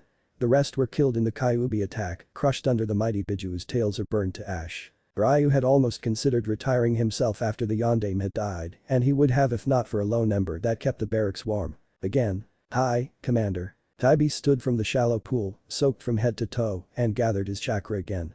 His brows furrowed in concentration, his frown resembling a pout as he tried to stand on the water. For a second, he succeeded, managing to stand on the pool with minimal ripples forming at his feet, but he soon fell again. Keep trying until you can stand for 10 seconds. Hi, Commander. As commander, Ryu rarely left the barracks himself. From the command center, he monitored all men and women in the Anbu with his hawk-like eyes. As much as he was proud of them for conducting their missions up to his strict standards, he was bored most of the time. It was what he was most afraid of when he first took the mantle of commander. Forced to stay in the village, still living in the dark, but had no S-rank missions to die on if it became too much. It would have been his worst nightmare had that lone ember not blaze into a bright flame. Commander, I stood for 8 seconds. Well done. Keep trying. Taibi, the small spark that remained in the ashes after the Kyuubi attack, had effortlessly brought life back into the barracks. It was no longer bleak and dark, nor was it silent or desolate. Ryu could remember first being told of a baby living in barracks and had immediately thought of the crying, of it adding to the sadness, but Naruto rarely cried. The babe had laughed the first time Ryu visited him, reaching for his finger and giggling at his dragon mask. It was the first time in a long time that Ryu had heard laughter, genuine laughter. Ironically, he was the one who cried while holding the baby. Commander Ryu swore that day that he would live a full life for Chibi, and he would make sure the boy would grow into a different world that ruined him so. The first change came when Naruto was only a week old. Commander Ryu could not remember who suggested that the bleak white tube lights were not suitable for a baby, but the Hokage had changed them all to fluorescent soft white bulbs within a day. The morgue-like hallways transformed under the cozy yellow tone and had matched perfectly with the golden fuzz on Chibi's soft head. Then for the first time since the barracks were built during the reign of the Nidaime Hokage, the walls inside the barracks were covered and painted. Rusted steel and dull gray were sanded and covered in dark brown wooden walls, reminding everyone of the tree trunks they had all climbed as children.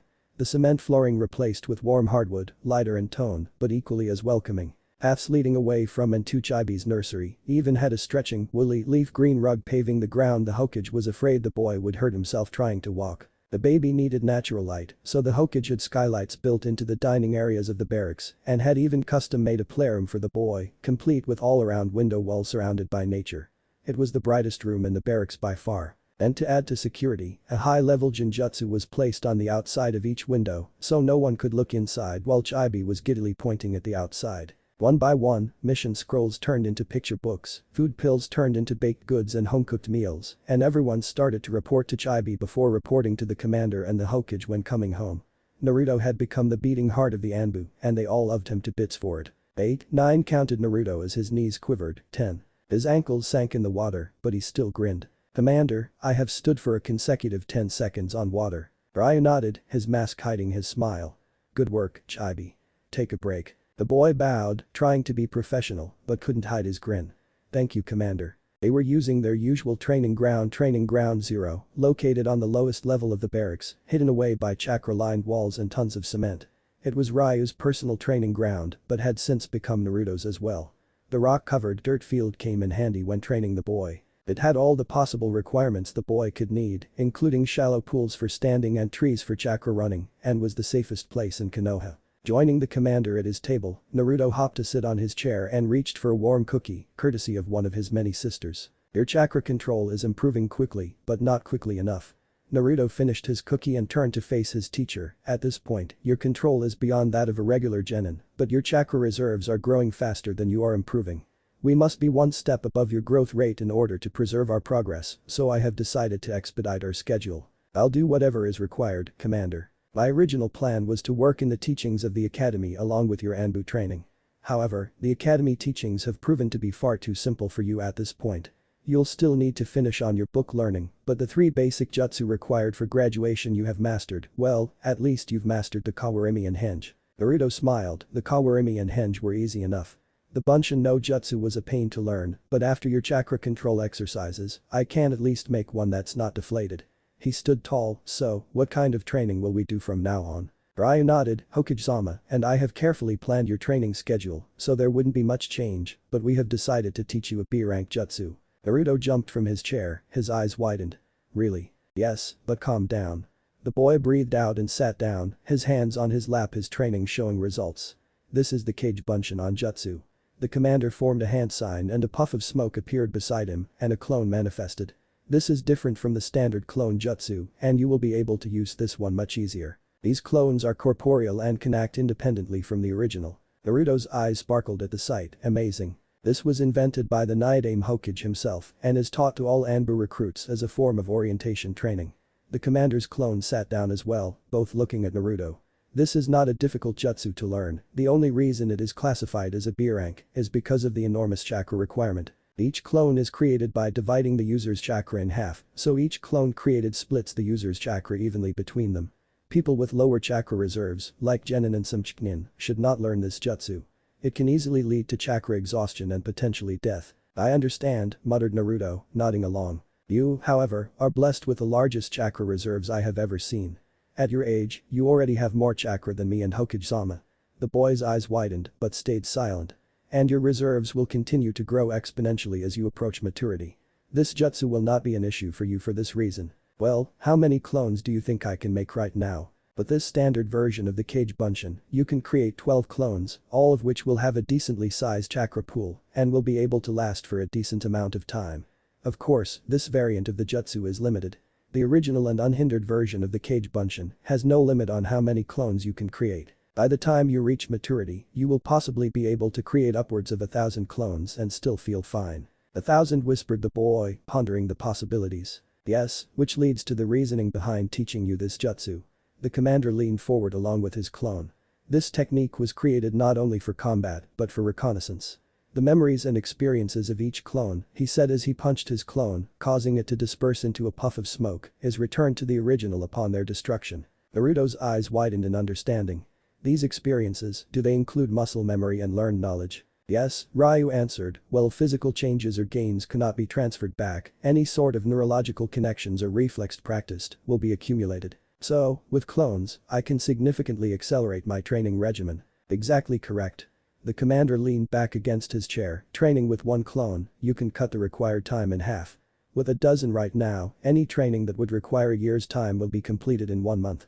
He crossed his arms. When your body reaches or is close to reaching maturity, you may be able to cram a millennia's worth of training into 1 year. Naruto slumped in his chair, shocked. Is this how upper-tier ninja train? Not at all, Chibi. Ryu sighed, you underestimate the amount of chakra you command. Compared to other children your age, like your new friend Yamanaka-san, you have at least 1,000 times more chakra than they do. No one, not even Hokage-sama, can possibly train like this. Not only because of chakra requirements, but also stamina requirements. Experience also translates into fatigue. Without your Uzumaki vitality and endurance, no one would be able to survive this kind of training. Naruto looked down, contemplating the news. You have the best of both worlds, Chibi. A near unlimited amount of chakra and a near unlimited amount of stamina. There was a reason why the Uzumaki clan was so revered in the world. They were known as the clan of longevity and could fight for days at a time. But why do I have so much chakra? Asked the boy. I understand my Uzumaki blood, but how come I have so much chakra? Uzumaki clan members are born with higher chakra capacities already, but there are extraordinary circumstances when it comes to your reserves. The commander held up his hand to stop the next question. And no, I am not allowed to tell you. This is classified information, and you've yet to acquire the appropriate rank to access such information. Naruto was taken aback, but this is information about me. Nonetheless, you won't know until you've earned the rank. And what rank is that? Nin or Anbu, either one. Naruto sulked and sat back, crossing his arms. You strive to become Hokage one day, Chibi, so one day soon you will be able to rise to these ranks. If you listen well and train properly, I assure you that you won't have to wait long. Naruto stood and saluted the commander. Hi, commander. I will do as you say. Our immediate goal right now is to have you master your chakra control to an adequate level. With 12 clones, I don't expect this to take too long. Once you have better control, we will begin your elemental training. Going forward, we will large focus on ninjutsu and taijutsu, and if we see significant improvement on your chakra control, perhaps genjutsu, but the latter is not likely. What about fuinjutsu? That is not one of my areas of expertise. Jiraiya-sama will continue to aid in your reading regarding fuinjutsu, but that is a field I will leave for you to discover alone. You've done well so far, and I'll trust you to not go overboard. Naruto nodded. Yes sir. Good, now come here and I'll show you how to make a kage bunshin. The Sandaime Hokage had been in office for over 50 years, longer than both his predecessors and successor combined. He wasn't sure if he had been cursed to wander the earth after his beloved wife's death 8 years ago, but he hoped to join her soon. He missed his dear Bawako and their life together. He had thought at one point, when his naivety and optimism won over experience, he would be able to enjoy his retirement with his wife and their grandchildren. Spending the days with his bonsai trees and his students' books, sharing tea and treats with Bawako, and groom Konohamaru into the next Sarutobi clan head. If life had only been so kind. It was not all terrible. War had not come after the Yondaime's death as most of his advisors feared or hoped for, in the case of Danzo. The Yondaime's legacy was safe and happy, not persecuted as a Jinchuriki. And he still had time with Konohamaru, at least when the boy felt the need to ambush him in his office. He wondered when he should introduce his two grandsons to each other. Konohamaru could sure use an older brother, and Naruto could finally interact with someone younger than him. Okage-sama, came the voice of his secretary, Yamanaka Inoichi, Nara Shikaku, and Akimichi Chauza have requested your audience. Clearing his throat, he adjusted his hat. Yes, let them in. The doors opened for the 3 clan heads, each an elite Junin of Konoha. Hiruzen could still remember seeing them as children, fresh out of the academy and free from the real world. They were now all battle-hardened family men. How time flies, he thought. Before long, their children would take their place, and if the deities above were kind, someone else would be sitting in this damn chair with this damn hat. Gentlemen, greeted the Hokage cordially, casually lighting his pipe, what can I do for you? Inoichi and Chauza gestured to Shikaku, and the Junin commander sighed. Hokage-sama, some troubling information have come to light recently. What kind of information? Asked the old man, and please, take a seat. The 3 men sat, all looking nervous and anxious. Hiruzen sighed inwardly, assuming the reason behind their concerns, but was surprised at the speed of it. When he allowed Naruto to play outside, he had expected some of his parents' old friends to run into him. But apparently according to the Anbu commander, Naruto had managed to befriend and enamor the Yamanaka heiress on the very first day they met. Still, he expected a few more days before a confrontation, but for once they were taking the initiative. Forming a hand sign under his desk, the Hokage activated the silencing barrier built into his office. Yesterday, Hokage-sama, my daughter met a friend in the park. Hiruzen knew they were testing the waters, but felt no need to speed up the conversation. Wonderful, he replied, children finally get to be children. That's the reason we're here, actually.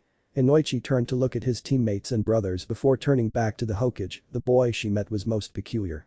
He introduced himself as Uzumaki Naruto, a family name not used since Kushina's death. When I inquired more, my daughter described him as a boy with spiky blonde hair and deep blue eyes. Yes, and? Asked the old man. Shikaku sighed, troublesome. He sat taller and looked at the old man. Is he Minato and Kushina's boy? Yes, he is. Hiruzen watched as Inoichi and Chaozu flinch, obviously surprised at how quickly their hunch had been proven. They were easy to read, but the Nara in the forefront was more complicated. He rolled his eyes, seemingly already accepting of the situation. He had always wondered if his Junin commander knew about Naruto. The man had never asked about it, unlike the many others who did, and in his eyes now Hiruzen saw relief and elation more than confusion. He is? Asked Chaozu, speaking for the first time. I have been waiting to have this conversation for a long time, added the Hokage. Inoichi took a deep breath. Why was he hidden away for so long? Why was he hidden away in the first place? The reasons are quite obvious, answered the Hokage, and were certainly of much higher concern 8 years ago. I were Kumo? Asked Shikaku, ignoring the looks of his teammates. Both, but probably more from Iwa. Shikaku saw the Hokage smoking and decided to join him, lighting a cigarette with a long draw. So, I was right to assume all these years. Inoichi and Chaozu were staring at him, as did Hiruzen. Minato didn't kill the Kyuubi, because obviously. He would never destroy the balance between the villages so easily, no. Shikaku stared at the Hokage. He sealed it away into the only person with Uzumaki blood in their veins, his own son. And no, muttered Inoichi, you're not serious. We all knew Minato well, Shikaku muttered, he would do anything to keep the village safe, even if it meant turning his son into a Jinchuriki. Is this why you hid him away? Chaozu asked the Hokage. It's a part of the reason, Hiruzen answered. Inoichi gripped his fists against his legs, his knuckles white. So, it's true. It was a secret back then, but I am sure you three knew that Kushina was the previous Jinchuriki of the Kyuubi. Chaozu and Shikaku nodded, but Inoichi only stared down at his hands. Through unknown circumstances during Naruto's birth, the Kyuubi was released. We had our suspicions, but our investigations led nowhere. Due to having the Kyuubi extracted from her after giving birth, Kushina was dying. Minato had to react quickly and seal the Kyuubi away, and the only available option was his newborn son. Chaozu sighed and bowed his head. He always had to do the right thing, Minato. Yes, added Shikaku, and this is the main reason you hid him away. I did not originally plan to hide him away. Hiruzen sighed and puffed on his pipe. I originally was going to give him his mother's family name and have him live among our people, but my bastard advisor decided to go behind my back. The rumors, muttered Shikaku. Danzo spread the rumors about a Kyuubi Jinchuriki. The old man nodded. Yes, he did. After that, there was no way Naruto could have had a normal childhood in the village. They would have hated him and possibly even attacked him. I could not take that risk. He sighed. I promised Kushina before she died that I would take care of Naruto, and I've done just that. By hiding him in a dungeon? Asked Inoichi darkly. Hiruzen regarded him coolly. No, in the Anbu barracks surrounded by people who love him more than anyone else. The three men looked at him in wonder. Hada Kakashi, Minato's last surviving student, practically raised Naruto himself. Anbu Commander Ryu looked over the boy's well-being ever since the day he was born. Just yesterday, when Naruto was playing with your daughter, Inoichi, his sisters baked him an entire table of snacks and food for his playdate. So, he's happy? Asked Inoichi. He's not locked away and trained as a Jinchuriki. Naruto has no idea about the Kyuubi, but he is being trained. Ever since he was a boy, he's been hounding his surrogate siblings to teach him things. I can happily say that Naruto has taken after his parents. He is as talented as Minato and as passionate as Kushina. In a few years' time, I can see Naruto becoming an essential part of Konoha. Does he know about his parents? Asked the Yamanaka. Yes, he does. Sarutobi leaned against his desk. He was raised as Uzumaki Naruto, but his parents were never hidden from him. Not everybody in the Anbu knows, but most people close to him have made the connection. It's not explicitly known, but it is the worst kept secret in the Anbu. Glancing over at Minato's portrait hung on the wall, not to mention that he could pass for an actual clone of his father.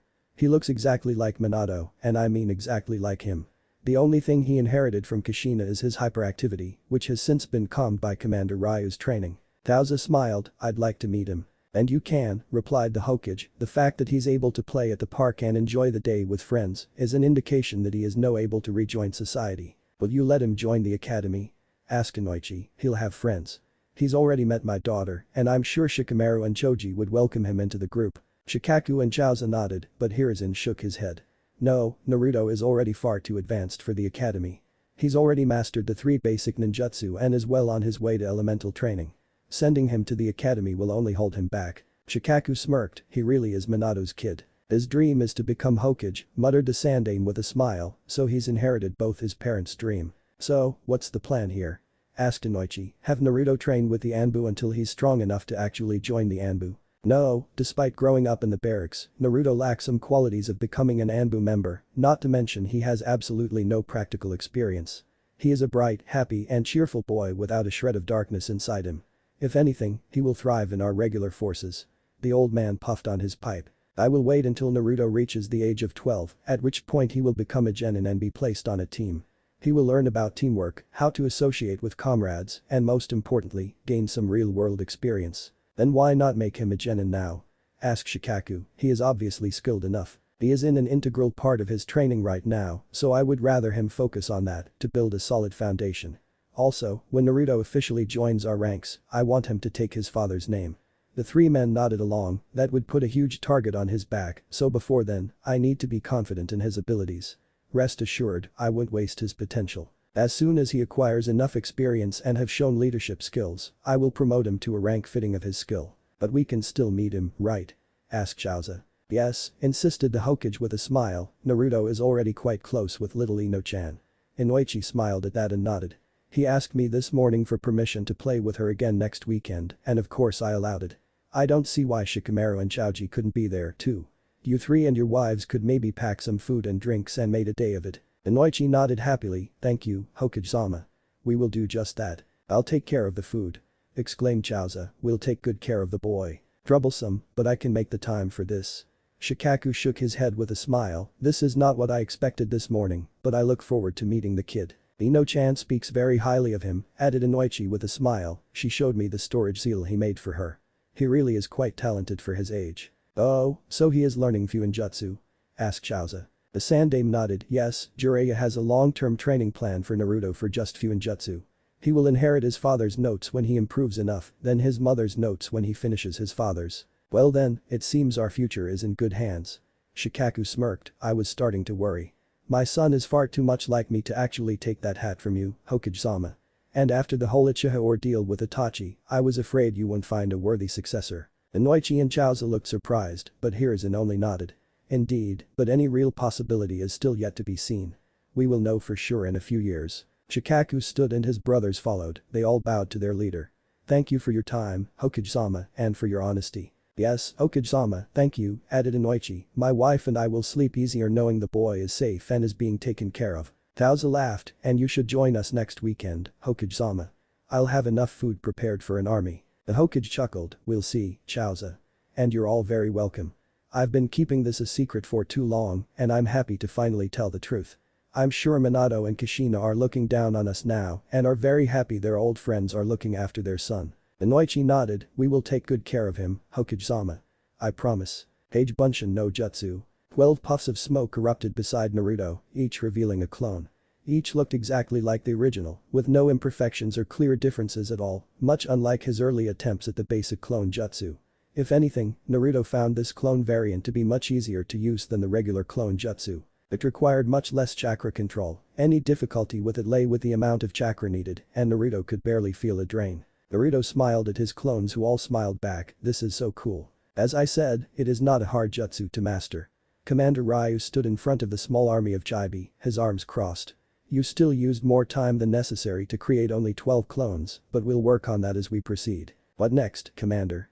Asked the original Naruto, his clones all grinning and bouncing. Now to compartmentalize.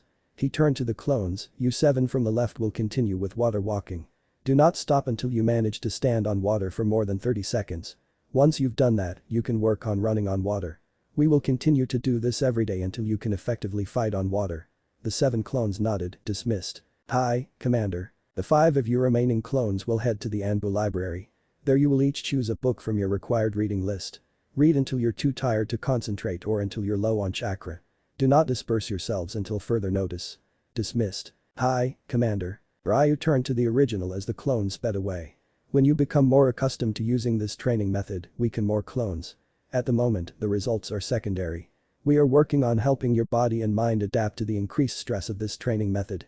You will feel tired, much more tired than usual, but given your Uzumaki physicality, I'm sure you can handle it. The mental stress you will incur is perhaps our biggest hurdle. If I assume correctly, you will get a rush of information the instant one clone disperses. Do not disperse them all at once, at least not until you're used to training like this. Take it one at a time and try to organize your thoughts before dispersing the next clone. Naruto nodded, I understand. Good. What should I do, Commander? Asked the original. I assume I will join the clones working on water walking. No, answered Ryu, whenever your clones are training like this, the only thing you have to is physically train your body. Naruto nodded in understanding. If I recall correctly, Jiraiya-sama specifically instructed you to read about resistance seals. Yes, a while ago. Have you learned how to make them? Yes, I've made a few of them already. We will start using them, instructed the commander. We will need a selection of them with varying degrees of resistance. In proportion, we will place seals on your shoulders, upper and lower arms, chest and abdomen, and all major muscles of your legs. I will let you decide on how much resistance is placed on each seal, and I'll trust you to adjust any increases in the future. This will be your personal project. Is this in preparation on Taijutsu training? Asked the boy. Yes, at least preparing your body for the kind of Taijutsu training we will undergo. The commander nodded, understood. Yes sir. Naruto saluted, should I go prepare the seals now? No, we will start with those tomorrow. Ryu gestured Naruto to sit down as he sat down himself. I have a special task for you to do today. The boy looked excited but remained silent. I am impressed with your progression regarding social interactions. Your recent mission to befriend the Yamanaka heiress was a tremendous success and I want you to explore that area more. Naruto leaned closer, how so? Kakashi, Tenzo, KM, and I have discussed this closely a few nights ago after we watched your mission tapes. Naruto nodded along, we all agree that your exploration of similar social interactions will become just as important as other parts of your training. Kakashi will discuss more of this with you later, but today I am giving you a new mission. Does it involve Ino-chan? He asked as he jumped from his seat, smiling brightly. Yes, it does. Yes. Cried the boy, losing his composure. It had been a long 2.5 days without his friend. Monday and Tuesday went as normal, but everything seemed lacking after meeting Ino. She was so bright, energetic and fun, now anything not involving her seemed dull and boring. A mission involving Ino-chan that was two of Naruto's absolute favorite things and he couldn't be happier. Taibi, attention. Hi, Commander. Your mission today is to surprise your new friend at the academy. It is nearing the end of the school day, so the students there should be leaving soon. I want you to find Yamanaka Ino and spend the rest of the day with her. This is an infiltration mission with a reconnaissance component. You will find the target at the academy without being seen by anyone but her. Lead her away from the academy and attempt to spend the rest of the day with her. The goal of this mission is to find out as much as you can about the target. Naruto nodded, understood, Commander. You have one side objective. Ryu cleared his throat. I want you to count the number of times you managed to make her smile. Make her smile? Yes, understood. Yes, Commander. Good, said the commander with a nod, dismissed. The ninja academy, located at the base of the Hokage mountain. The stone faces of the previous Hokage looked down on the new generation, watching over them like eternal guardians. Naruto had heard that story before from the Sandaime. Then another time, Naruto had read that the academy was built by the Nidaime Hokage before the mountain even had the Shodai's face on it, but Naruto digressed. Truth was not important in this case, just as long as the students felt protected by the Hokage. But it was far, much farther away from the Anbu barracks than the park. It was at the very edge of the village and Naruto had never ventured so far out, but he felt confident and excited. For this mission, Naruto had forgone his godfather's new jacket, opting for more mobility. He still wore a standard issue, black Anbu utility pants and boots, complete with his usual short-sleeved dark gray fishnet shirt. To blend in more with the civilian population, he wore a simple dark blue high-collared jacket. It covered his seals well, and the sleeves were stretchy enough to be pulled up if required. Traveling by rooftop, Naruto sped to the Hokage mountain and soon he found the large building under it. Peering down from a tall water tower, he read the sign The Red Ninja Academy. If that wasn't clear enough, the mass migration of students from the building should have been enough. It is 2:55 p.m., 5 minutes before the end of the school day. Naruto hunched down as he spoke into his personal log recorder. Target facility is more crowded than anticipated, but given my similar size and age compared to the people within, infiltration should prove simple. Sliding down the building, Naruto slipped into the shadows. Page Bunshin no Jutsu, he whispered as a copy of himself appeared beside him. Wordlessly, the clone sped off, fully aware of the plan Naruto had thought up. Silently and seamlessly, the clone merged into the crowd, stepping behind shadows, matching their footsteps, and walked in front of distracted faces. He vanished in the crowd, an Anbu assassin in the daylight. Before long, he had sped into the academy building, speeding from one corner to the other, slipping into shadows against the light, and only stopped when he sensed her. It was the same signature. Purple, soft and delicate, like a swaying flower in the wind. It was Ino-chan. She was in a classroom, still quietly listening to the final instructions of her teacher. Jumping to the ceiling, he silently crawled to the doorway, peering through the small window on the closed door. He saw her immediately, the lone blonde in the class, her hair bright and vibrant. He felt his heart pound against his chest. It had been 2.5 days since he last saw her, and he had missed her much. His rationality returned as he shook his head.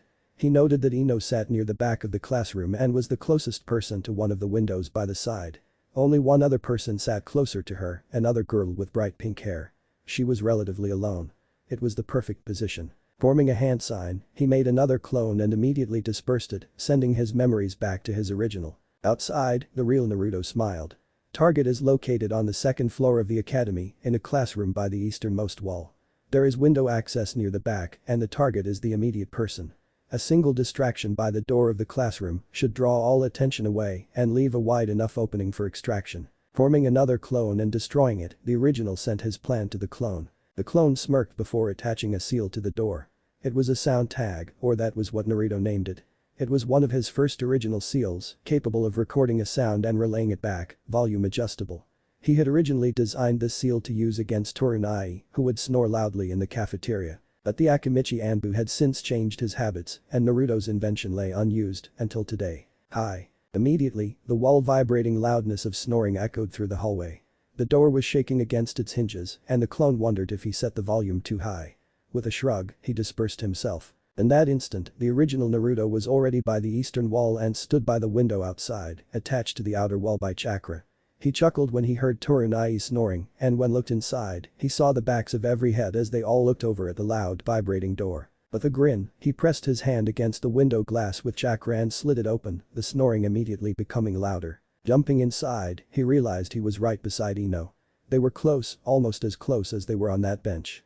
Her chakra filled his senses, and it was like beholding a beautiful bouquet of flowers, purple and golden. He blushed and his fingers tingled coldly, but he nudged her shoulder. She jumped and turned around. She gasped loudly, but only he heard her over the loud snoring. He winked at her, trying to control the flush he knew was on his cheeks. Naru he pressed a finger to her lips, smiling at her bright and widened eyes. He leaned close to her, shivering as his lips nearly touched her ear. "Be quiet, Ino-chan, and come with me, okay?" She blushed to the roots of her hair, which made her look unbearably cute. He wanted to leave with her immediately, but he had to wait for her answer, staring into her pretty eyes as he did. It felt like a long time, but it was fine, he didn't want to look away anyway. But then she broke her eyes away, breaking his focus, and nodded quickly. Taking that as his K, he grabbed her hand. With everyone, even the pink-haired girl next to Ino, still watching and slowly approaching the snoring door, he pulled Ino into his arms. He knew she couldn't walk on walls yet and could never endanger his best friend. He lifted her up and scooped his arm under her legs, smiling as held her close. He had seen this before in a movie he watched with his sisters. It was called a bridal carry, and it was most efficient. Weight distribution was even and he had a sufficient hold on her, enough for him to safely extract his target. "Hold on tight," he whispered. Her eyes widened and her arms tightened around his neck as he jumped out the window, running up the side of the building, heading for the roof. Ino cried out in shock, which almost made him panic, but he was very close to the roof. Luckily for him, Ino's cries were muffled by the strong wind at that height, and before long, he'd landed on the barren roof. Planting his feet firmly on the ground, he grinned at Ino. "Hey, don't worry. You're really light, so I can carry you easily for a long time. I won't let anything happen to you. A fundamental rule of the Anbu, protect your client or target at all costs. But I'm sorry I scared you." "And Naruto-kun?" she asked, still reeling from the last 10 seconds of her life. "Do you want to spend today with me?" He was still holding her in his arms, but she was so light compared to his usual training weights, he almost didn't notice. She was also very warm, and it felt nice to hold her in the cold wind. "My sensei let me go early and I missed you." She looked like a tomato again. Naruto would have smacked himself had he not been carrying Ino. They were standing on the roof under the afternoon sun, of course she would be burning up again. He wondered how he could unseal a bottle of water with Ino in his arms. He could set her down, but he really didn't want to. "That's sure," she answered, breaking him from his thoughts as she looked up at him timidly. "I'd love to hang out with you." "Great. Na Naruto-kun," she called out, her voice against the wind. I missed you, too." He felt his heart tremble and his knees quiver. She smiled up at him. Number of smiles 1. Chapter 4 and Chapter 5. Anbu Commander Ryu's personal training ground had been flooded, covered from end to end in waist-deep water. It nearly exhausted the chakra reserves of several new recruits, but they managed to terraform the area without much trouble. The rocky dirt field had been transformed into a small lake, complete with jagged rocks protruding the surface and sharp cliffs lining the edges along the walls, courtesy of the commander's own Dotenjutsu. Everything was underwater, and if anyone had to do anything on the surface, be it stand, sit, or kneel, it would have to be done on water. "You're slowing down, Chibi." Naruto grunted in response, forcing his legs to their limits. "Sorry, Commander." The boy's legs were shaking and his whole person trembled, but he stood strong on the surface and ran. It had been 2 days since he applied the resistance seals to his body, numbering a total of 21, and he had since increased the pressure twice. His entire body, every major muscle group, was now under precise amounts of controlled pressure, designed to hinder his natural and most common movements. It had proven to be extremely effective. It became quickly apparent that Naruto healed much quicker than the normal person. Even by Uzumaki standards, the recovery time of Naruto's energy, chakra, stamina, and physical body was incredible. Strained or even pulled muscles healed within minutes, he could regain most of his energy within minutes of a small meal. His stamina suffered, but had never run out, and he'd never been close to putting a dent in his chakra reserves. Ryu had doubled Naruto's training intensity. The boy needed almost no rest, and because of his healing factor, physical gains were seen almost instantly. With this training, Naruto could maintain his absolute physical peak indefinitely and could possibly promote faster growth. He was already taller than most other kids his age, but Ryu could see his students starting puberty in only another year or two. "Only one more lap," called out the commander, "you're almost finished." The boy stared at the finish line, where 7 of his clones were waiting for him. They had no use for resistance seals and were only focused on maintaining and improving chakra control, so they had finished much faster than the original. Naruto managed one more push and made it back to his teacher. "Finished, Commander." Ryu nodded, his arms crossed. "Good work, Chibi." He watched as the boy stand on quivering knees. "Are you well enough to disperse your clones?" Naruto huffed as he nodded, "Yes sir." He made a hand sign and grinned at his clones, who all stared back at him in pity. They all shared the same memories, and they all knew how much exhaustion would be returning to the original. With a quick flare of chakra, Naruto cancelled his jutsu, and the 7 boys vanished with puffs of smoke. He rested his hands on his knees and braced himself. "Ugh," he groaned, his head pulsing and his vision darkening, but he had grown used to such sensations. "This one isn't too bad, not nearly as bad as the first time." He felt his heart race against his chest, trying to pump as much oxygen as possible through his bloodstream, and slowly, he felt his breathing calm. "I think I'm getting the hang of this. Have you adjusted to your new memories?" He nodded, "Yes," he replied with a pant. "It's much easier to process if the clones were all doing the same thing. They were all just running laps on water, nothing too confusing." He managed to straighten his back, to stand upright. "The other 5 are much harder to deal with. They're all reading different books on different subjects. I don't think I can pop all of them at once. I'll do those one at a time in 1-minute intervals." "Very well," commended the commander, "I trust your judgment." "Thank you sir." In 2 days, your 7 clones here have collectively ran on water for approximately 168 hours. Your chakra control has improved significantly and will now be able to conduct battle scenarios and drills on water. That will be your task on Monday." Naruto nodded, his legs still shaking, but healing. "While you continue with your physical conditioning, your clones will be conducting precise movement drills or battles on the water surface. It will be much more difficult than this week's training." The boy almost grimaced, but knew better. "Take the next 2 days to rest. I believe you have other arrangements made already." Naruto smiled, "Yes sir." His legs had stopped shaking and he was standing firm. "I made plans to meet with Ino-chan again for both days." "Good," Ryu muttered, "your social skills are just as important as your combat skills. Be sure to be on your best behavior and remember that your mission regarding young Yamanaka-san is still ongoing." 21 smiles, the boy said with a grin. "Ino-chan smiled at me 21 times on Wednesday. I will aim for even more this weekend." The commander nodded, "I also expect you to put your reading to good use." "Yes sir." Naruto's breathing returned to normal. "I've read and fully comprehended the Gentleman's Guide to Etiquette, the Fine Art of Manliness, and How to be a Gentleman. Telltale Signs of the Human Body was interesting, and while they were highly recommended by Kakanai and KM I still struggle to understand the concepts taught in Gentleman's Guide to Getting Lucky in Oral Warfare." "That is to be expected," muttered Ryu, "those 2 books were added after the fact as outliers. We did not expect you to fully grasp the lessons within, but as you mature and grow, they should naturally come to you. Just remember the words and they will make sense in the future." The boy saluted, his body recovering. "Understood, Commander. Now, we will end our training here today." Naruto's eyes brightened, but Ryu stopped him. No, this doesn't not involve your new friend. The boy pouted and stayed silent. Hokage-sama has requested your presence. He will meet with you in the playroom. Permission to go now? Asked the boy. Granted. It had been a while since Naruto had been to his playroom. Ever since he was allowed to train as an actual ninja, he felt no need to play with his old toy kunai and katana.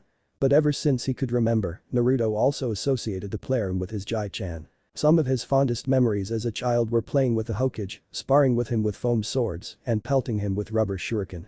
Jai-chan was younger then and could take some hits, but recently Naruto had started to worry about his beloved grandfather's health. Jai-chan. Naruto ran into the room with a grin, finding his grandfather sitting on one of many beanbag chairs. He quickly gave the old man a hug, welcoming his warmth. His Jai-chan felt thinner now, and the boy noticed that he was not much shorter than the old man anymore. How are you feeling, Naruto? The Hokage asked as the boy pulled away, jumping to the next beanbag chair. Is your new training regimen too much? Not at all, he replied with his grin. I do get tired a lot during training, but I feel fine after some rest.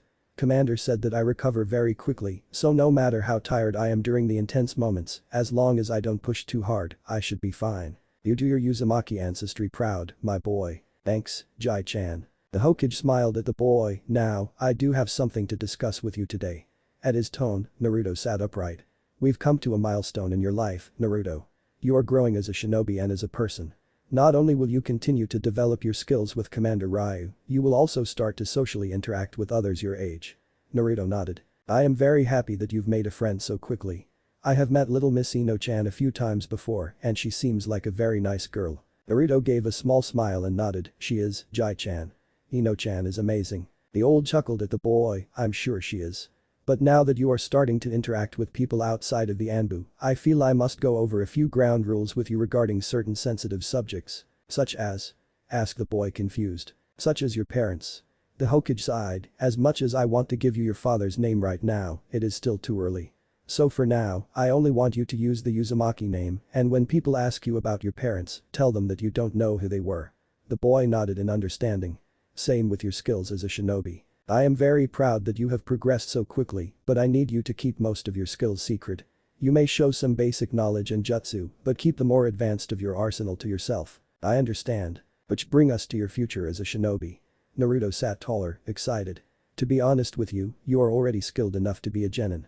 The boy's eyes widened. You already know everything the academy is required to teach, and your physical capabilities and chakra control are already beyond those of the average genin, and your chakra capacity and potency is beyond that of all genin in the village. But at this point, it is more important for you to focus on building a strong foundation for yourself. Becoming genin right now will only hinder your training with Commander Ryu. For the foreseeable future, we will focus on your training and developing your ninjutsu and taijutsu. I'm okay with that, Jai-chan. I love training with the commander, and I need to get stronger if I'm ever going to be Hokage. The Sandaime smiled. That's right. He patted the boy's head. But this doesn't mean you'll never join the regular forces. No matter how strong you are, you will need real-world experience. You also need to learn to work with other people and learn about teamwork. Naruto nodded along. Commander Ryu and I have decided that we will focus on your training until you turn 12 years old, at which point you will be promoted to genin and join your own team with others your age. Naruto's eyes widened. Does this mean I could be on the same team as Ino-chan? With a chuckle, the Hokage shook his head. Not likely. Ino-chan is the heiress of the Yamanaka clan, and she will be expected to continue the tradition of being on the same team as the Nara heir and the Akimichi heir, both of whom are also your age. The Ino Shikicho have been working together for generations. I'm sure you've learned about them by now. Yes, I have. Naruto recalled reading about them with cock and eye. I guess I never connected the thought that one of them is actually Ino-chan's father. He smiled. Wow, Ino-chan's father must be really strong, huh? In certain fields, he is Konoha's foremost expert. If you ever meet him, be on your best behavior. You would be talking to one of the living heroes of the village. I will, Jai-chan. Placing a hand on Naruto's shoulder, the old man continued. When you become a genin, you will likely be far stronger than your peers. It's possible you may even match the skills of your genin sensei. This means I won't expect you to be a genin for long, but during that time your goal would be to amass as much real-world combat experience as possible, along with learning about teamwork and the intrigue of enemy ninja. There is only so much we can teach without experiencing the real thing. Knowledge can be taught, but instinct can only be honed by experience. I'll work as hard as I can, Jai-chan. I know you will, Naruto. The old man stood with a groan. Now, how about you join your grandfather for some dinner? Naruto grinned. Sure. I'm starving. It was finally the weekend and Naruto would soon see his best friend again. It was remarkable to the young boy that his perspective on his schedule could change so much in such little time. A mere week ago, training so intensely in his new training program would undoubtedly be the highlight of his week. He could still remember dreading his weekend breaks. He'd much rather train and sweat than to lounge around doing nothing. But now, he'd felt elated about training being over because now the weekend would let him see his first friend. Ino-chan. Naruto-kun. Her smile was beautiful, it was bright and vibrant and lit up the world. He loved it and everything about it, how her eyes would seemingly disappear with her grin, how her lips would widen before letting out a cute giggle, and most importantly, how easily he brought it out of her. Smile number 22. It was another beautiful Saturday, and once again the park was crowded, but Naruto no longer felt uncomfortable. Perhaps he'd grown used to it, but he knew that it was because with her there, he couldn't really see any other people anyway. His eyes refused to look away from her, even when his racing heart demanded him to, but she was too radiant. Dressed in a pink sundress with her golden hair blowing freely in the wind, Naruto could only stare as she ran toward him. It was almost blinding when she reached him, but his brain quickly went into overdrive when she grabbed his hand and pulled him along. "We have to escape, Naruto-kun." "Huh?" asked Naruto as his body automatically listened to her. "Why?" he asked again, already running next to her. "Ask questions later." Ino glanced back at him and he felt weak at the knees. "Just get us out of here." "Hi." With a burst of speed, Naruto scooped Ino into his arms again. Channeling chakra to his feet, he pushed off the ground, vanishing in a blur. The pair was a golden blur, zipping through the park and in between people, leaving only glimpses of yellow behind as they escaped through the shadows of lounging parents and racing children. It was long before they reached the trees and vanished into the thick canopy. 5 seconds, it took too long. Naruto knew having Ino in his arms would slow him down a little, but not a 3-second delay. Perhaps he had adjusted his resistance seals a tad too much. His body had healed after his week of training, and he already felt a bit too light, so he had increased the seal pressure the previous night. Naruto cursed himself inwardly. Had he known Ino would need his speed, he'd have removed the seal for her. "Sorry, Ino-chan," he whispered, finally looking down at the girl in his arms. "I'm slower than usual today." He saw Ino looking up at him in awe. That was slow. She blinked and looked around, seemingly realizing where they were hiding. "I've never moved that fast ever. I didn't even know people could move this fast. Are we in a tree? How did you even get up here?" "No, this is quite normal." Naruto shrugged. "I can move faster than this on better days, and most of my siblings are still faster than me. You should see my sensei and Jai-chan. I can't even see them move when they run." "Really?" asked the girl. "How is that possible?" "Training, I guess." He grinned at her. "One day, I'll be just as fast as them. Give me a few years and I'll show you." Ino tightened her arms around his neck. "Sure, I'd love that." "Now, are we far enough?"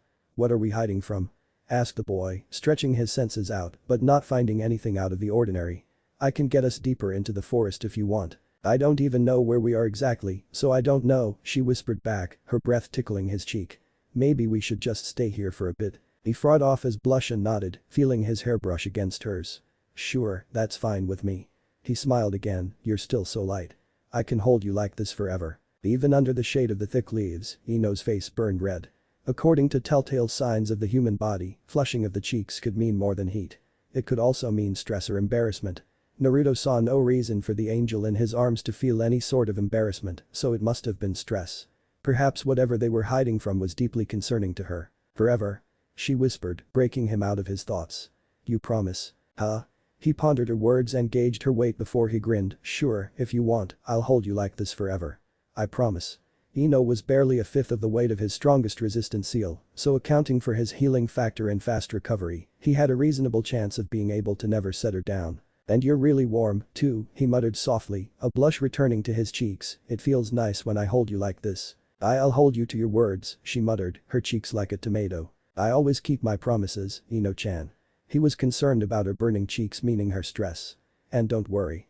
You don't have to be stressed. I'm here so I'll protect you from anything." Ino hugged him tighter. "Then let's just stay here for the rest of the day." Her head was resting on his shoulder as she looked up at him, and her eyes were so close to his. They were so blue and sparkly. His heart was punching his chest as his whole body tingled. He had never felt so odd in his entire life. He felt happy, his whole body felt elevated, like it was floating in air. He felt exhilarated, he felt like his future had been shown to him, and he was excited to savor every second. It was like his soul was fluttering and he could barely whisper a sound, but he felt he had to speak his mind. "If you want," he managed between shaky breaths, "we can even stay here forever." She tightened her arms around him again, staring up into his eyes. I'd love to." They stared at each other, unmoving, content. Never had they experienced such confusing emotions. It felt relaxing, but also exhilarating, it felt important but also surreal, they felt incredibly happy, but also afraid and anxious. It was complicated and beyond their understanding, but they had all day and possibly the rest of their life in that tree to figure out everything, so they just settled in the growing silence. Isn't this sweet? A booming voice came from behind. The years of Anbu training and conditioning returned to the boy's enamored mind and flooded his body with adrenaline. His eyes hardened, losing their sparkle, replaced with a sharp glare. This was someone who evaded his sensory abilities and even managed to reach his back. All this with Ino-chan still in his arms. It was a failure of unforgivable proportions. He pulled Ino close to his chest, his arms hugging her protectively as her head hit against his neck. She was fully protected by his body before he moved. Channeling chakra into his right heel, he spun with his left leg, slicing the space behind him with a swift kick, his piercing blue eyes searching for his enemy. But his kick was stopped with a grunt of pain. Damn, kid. You're strong. The man stood before him towered over him. He had long sandy blonde hair tied into a long ponytail, a stern face with a strong jaw, and pale blue eyes that he recognized immediately.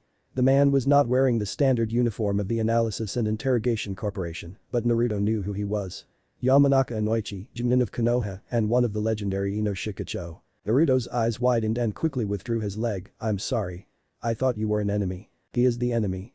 Cried Ino, who was still burning red, as she pointed at the man. Let's run away, Naruto-kun. But the boy muttered, staring up at the clearly amused man. Isn't he your father? He's still the enemy. Inoichi chuckled, you recognize me? Yes sir. Naruto awkwardly bowed to the man, still holding onto a burning Ino. My Jai-chan told me stories about your legendary team. I've seen you in my reference books and lessons. Sorry for attacking you. The Chunin laughed and patted Naruto's head, ruffling his hair. No need to apologize. You were just protecting my daughter. Inoichi knelt down to Naruto's height. I'm impressed. You suppressed your chakra very well, and if it wasn't for my daughter, I don't think I would have been able to track you so quickly. And even in your suppressed state, I felt you trying to sense my presence. That is some advanced chakra control for someone your age. Thank you sir. Naruto stared at the man before glancing at Ino, who was glaring at her father. But, if I may ask, the man nodded, chuckling again. Is there something we can do for you? Yes. Inoichi patted the boy's head again. I'm sorry to break up your little playdate, but Ino's mother and I, and our family friends, prepared a picnic. Why don't you both come down and join us? A picnic? Asked Naruto, glancing at Ino again, who just huffed at her dad. It has been a long time since we've had a nice family outing, and I really wanted to meet this new friend my daughter keeps talking about. Ino almost glowed red. Tu-chan, shut up. Me? Yes, you. Inoichi smiled at him. It's very nice to meet you Naruto. His tone reminded Naruto a lot of Kakanai and his Jai-chan. It's very nice to meet you, too, Yamanaka-san. The man smiled, you're my daughter's friend, so just call me Inoichi Ajisan. Okay, sure, the man looked at Naruto expectantly, Inoichi Ajisan. Now, come on. Inoichi stood and gestured to the park, my friend prepared a lot of food, so let's go get some before it gets cold. Naruto blankly nodded, but Ino grunted and crossed her arms, still in her friend's strong arms. Princess, stop pouting. You can play with Naruto all you want after lunch. Fine, she muttered with a pout. Is Shikamaru and Choji here, too? Of course, they are. Ino groaned, I'm sorry, Naruto-kun. With a huge frown, she dropped her feet to the solid branch and stood from Naruto's arms. I better jump down myself. Those two can be really annoying and nosy. I don't want them to ask you too many questions. Who? Asked Naruto. Just children of my parents' friends. Ino pouted and turned from her amused father, you don't have to talk to them if you don't want to. Now, Inoichi started, I'm sure Naruto wouldn't mind meeting some new friends. He smiled at Naruto again, I'm sure you'll be quick friends with Shikamaru and Choji as well. They grew up together with Ino, they're basically like siblings. Oh. Naruto said with nod, I get it now. Just like me and my older siblings. Yes, exactly. Inoichi rubbed his daughter's head, now, let's go. We don't want to be rude. They jumped from the tree, landing softly on the ground, but Naruto still held onto Ino's arm, afraid she'd hurt herself. She smiled at him and he felt his heart race again, but quickly followed along as Inoichi started to make his way through the large field. Naruto had been to this park many times by now, but it was the first time walking through it with someone's parent. It was an odd feeling, but knowing that it was Ino's father made it simpler to accept. From a distance Naruto could see where Inoichi was headed and it was a huge picnic blanket, at least triple the size of all the other normal ones around the park. He had only expected a few people, but there were 7 people sitting around the food. Two of them were clearly kids around his age, which he assumed were Ino's childhood friends. The adults he couldn't really see, but as he approached, he quickly figured them out. Being close family friends with the Yamanaka clan was already a big clue, and now seeing the huge man in front of them, it was only logical. It was the legendary Ino Shikacho in the flesh, having a picnic. "We're here." Inoichi called out as the group turned to see them approaching. Ino didn't get far. Naruto felt everyone's eyes look at him. The two kids around his age looked at him curiously, which was normal, but the adults were different. The three ladies stared at him with slightly slack jaws, a bodily response that Naruto was unfamiliar with. Recalling his recent reading material, it could indicate surprise. Was it really so surprising that Ino met a new friend? Naruto needed more information before making any conclusions. "Naruto," started Inoichi, breaking Naruto from his thoughts. "Let me introduce." Naruto looked at the group. "This is Nara Shikaku," said the Yamanaka. "I'm sure you recognize him if you recognized me. Beside him is his wife, Nara Yoshino, and the little one is Shikamaru. He is the same age as you." This was the Junin commander, the infamous Nara clan head. Naruto had heard so many stories about him, and Jai-chan had only ever said good things about him. But he looked much more normal than Naruto expected. The man had smiled at him like Inoichi had. And it seemed that the lady had broken out of her surprise of Ino meeting a new friend because she also smiled at him. She looked very kind and nice. "This is Akimichi Chauza, the Akimichi clan head. His wife, Akimichi Shauko, and his son, Akimichi Choji, who is also the same age as you." Inoichi chuckled, "They're the ones who brought all this food. As you can see, it's basically a feast." Naruto knew Torinai was an Akimichi, and he now knew everyone in his clan must look similar to each other. Their clan head was the biggest man Naruto had ever met in his life, so his strength must be unimaginable. He had studied the caloric chakra boost of the Akimichi, and it looks as though both the clan head and his wife were extremely powerful. Their son was a bit on the heavy side, but not overly so. It seemed Choji still had much more eating to do before catching up to his parents' power. "And this is my lovely wife, Yamanaka Emiko, Ino's mother." Naruto clearly saw Ino's face in her mother. She was beautiful, too. But unlike the other two ladies, who had been happily smiling at him, Emiko looked almost in tears. Perhaps it was just allergies, because she soon smiled brightly, one that looked quite similar to Ino's, and wiped her tears away. With a quick exhale, Naruto bowed to the group. "My name is Uzumaki Naruto," he managed as polite as possible. "It's a pleasure to meet you all." They all smiled at him, one smile wider than the other, but Emiko stood up and approached him. She was looking at him with an unexplainable familiarity, and Naruto was baffled. His new books held no insight into such a reaction, but he was fine with it. Her smile made him feel warm and cozy. It reminded him of his sisters. "It's nice to finally meet you, Naruto-chan." She hugged him tightly and he heard her sniffle. Her allergies must be back, but no matter. Her hug was warm and loving, so the boy returned the hug. "Thank you, Emiko Abe-san." She sniffled again and choked up a little, probably holding back a sneeze. Naruto reminded himself to seal some allergy medication for the nice lady. She was nice, and he didn't want her to feel sick. "Ugh, Ka-chan, stop hugging Naruto-kun already." Ino looked mad at something. Doesn't she know? Allergy symptoms are not contagious. Chapter 5 End. Chapter 6. "Naruto-chan, don't be shy," Emiko encouraged as she filled the boy's plate with yet another onigiri. "Eat more. You're a growing boy." Naruto bowed his head in thanks. "Thank you, Emiko Abe-san." Having grown up in the Anbu barracks, Naruto had his own experience with eating in odd situations. The few times he was allowed to watch the new recruits run their drills, he had joined them in eating while standing upside down, their feet attached to the ceiling, but that meal had only been bland food pills. He had shared a watermelon with some of his sisters, which they had sliced with their blades, while they all bathed in the hot springs. He had even shared some soba with Commander Ryu, while they watched new recruits prepare their training field. He had even glimpsed at the bottom of Ryu's face. But this was his first time eating while sitting on the ground with 8 pairs of eyes staring at him. There were hundreds of people around them in the park, but for some reason, the Ino Shikacho families found him the most interesting. Naruto gulped as he bit into honestly the tastiest onigiri he had ever had in his life, but he could barely chew under such intense pressure. Why were they staring at him? Did he look weird? Did he sit weirdly or eat weirdly? Was there something on his face? He wanted to check, but he didn't want to look even weirder. "Hey." Ino's voice sliced through the silence. "Stop staring at Naruto-kun." They all stammered and scrambled to look away, returning to their food. Naruto silently sighed in relief and looked to Ino, his hero, who was still glaring at her family and friends. She edged herself closer to him, as if protecting him from her family. Her wonderful flowery scent flooded his senses again, and he had to suppress another blush. He looked down at his food, but could feel the adults looking at him again, perhaps catching his blush. This is really good," he managed through a small smile. "I've never had this kind of pork filling before." Tauza gave a hearty laugh and it instantly eased Naruto's shoulders. Thank you, young man. It's an old family recipe. The famous Akimichi garlic pork onigiri. The big man passed Naruto an entire plate of new food, filled with all kinds of fried meats and skewers he had never seen before. If you like those, you'd love these, too. Give them a try. Naruto took the plate with both hands. Thank you, Oji-san, he muttered as Chauza grinned. This is a lot of food. It's normal for a young man to eat a lot. The Akimichi leader patted his son's head. My son here eats almost as much as me. Naruto saw the boy his age blush and look away, muttering, only on some days, too-chan. You eat even more some days, muttered Ino softly, pouting her lips as she nibbled on her own onigiri. Feeling Ino's presence beside him calmed Naruto, and he was at least able to focus on his food. It was indeed very good, as expected of the Akimichi clan, but as much as he was enjoying himself, he could still feel the adults staring at him. It wasn't as obvious as before, but they were all glancing at him every few seconds, as if they were observing him. Perhaps it was a test, and they were somehow gauging his senses or awareness. Commander Ryu had conducted surprise tests in similar situations before, but he had never been so obvious. These were the members of the Ino Shikacho, they wouldn't waste their time just testing him. There must be a bigger purpose behind this meeting, and Naruto wanted to find out. So, Naruto, came the voice of Inoichi, friendly and casual, Ino tells me that you are being trained at home.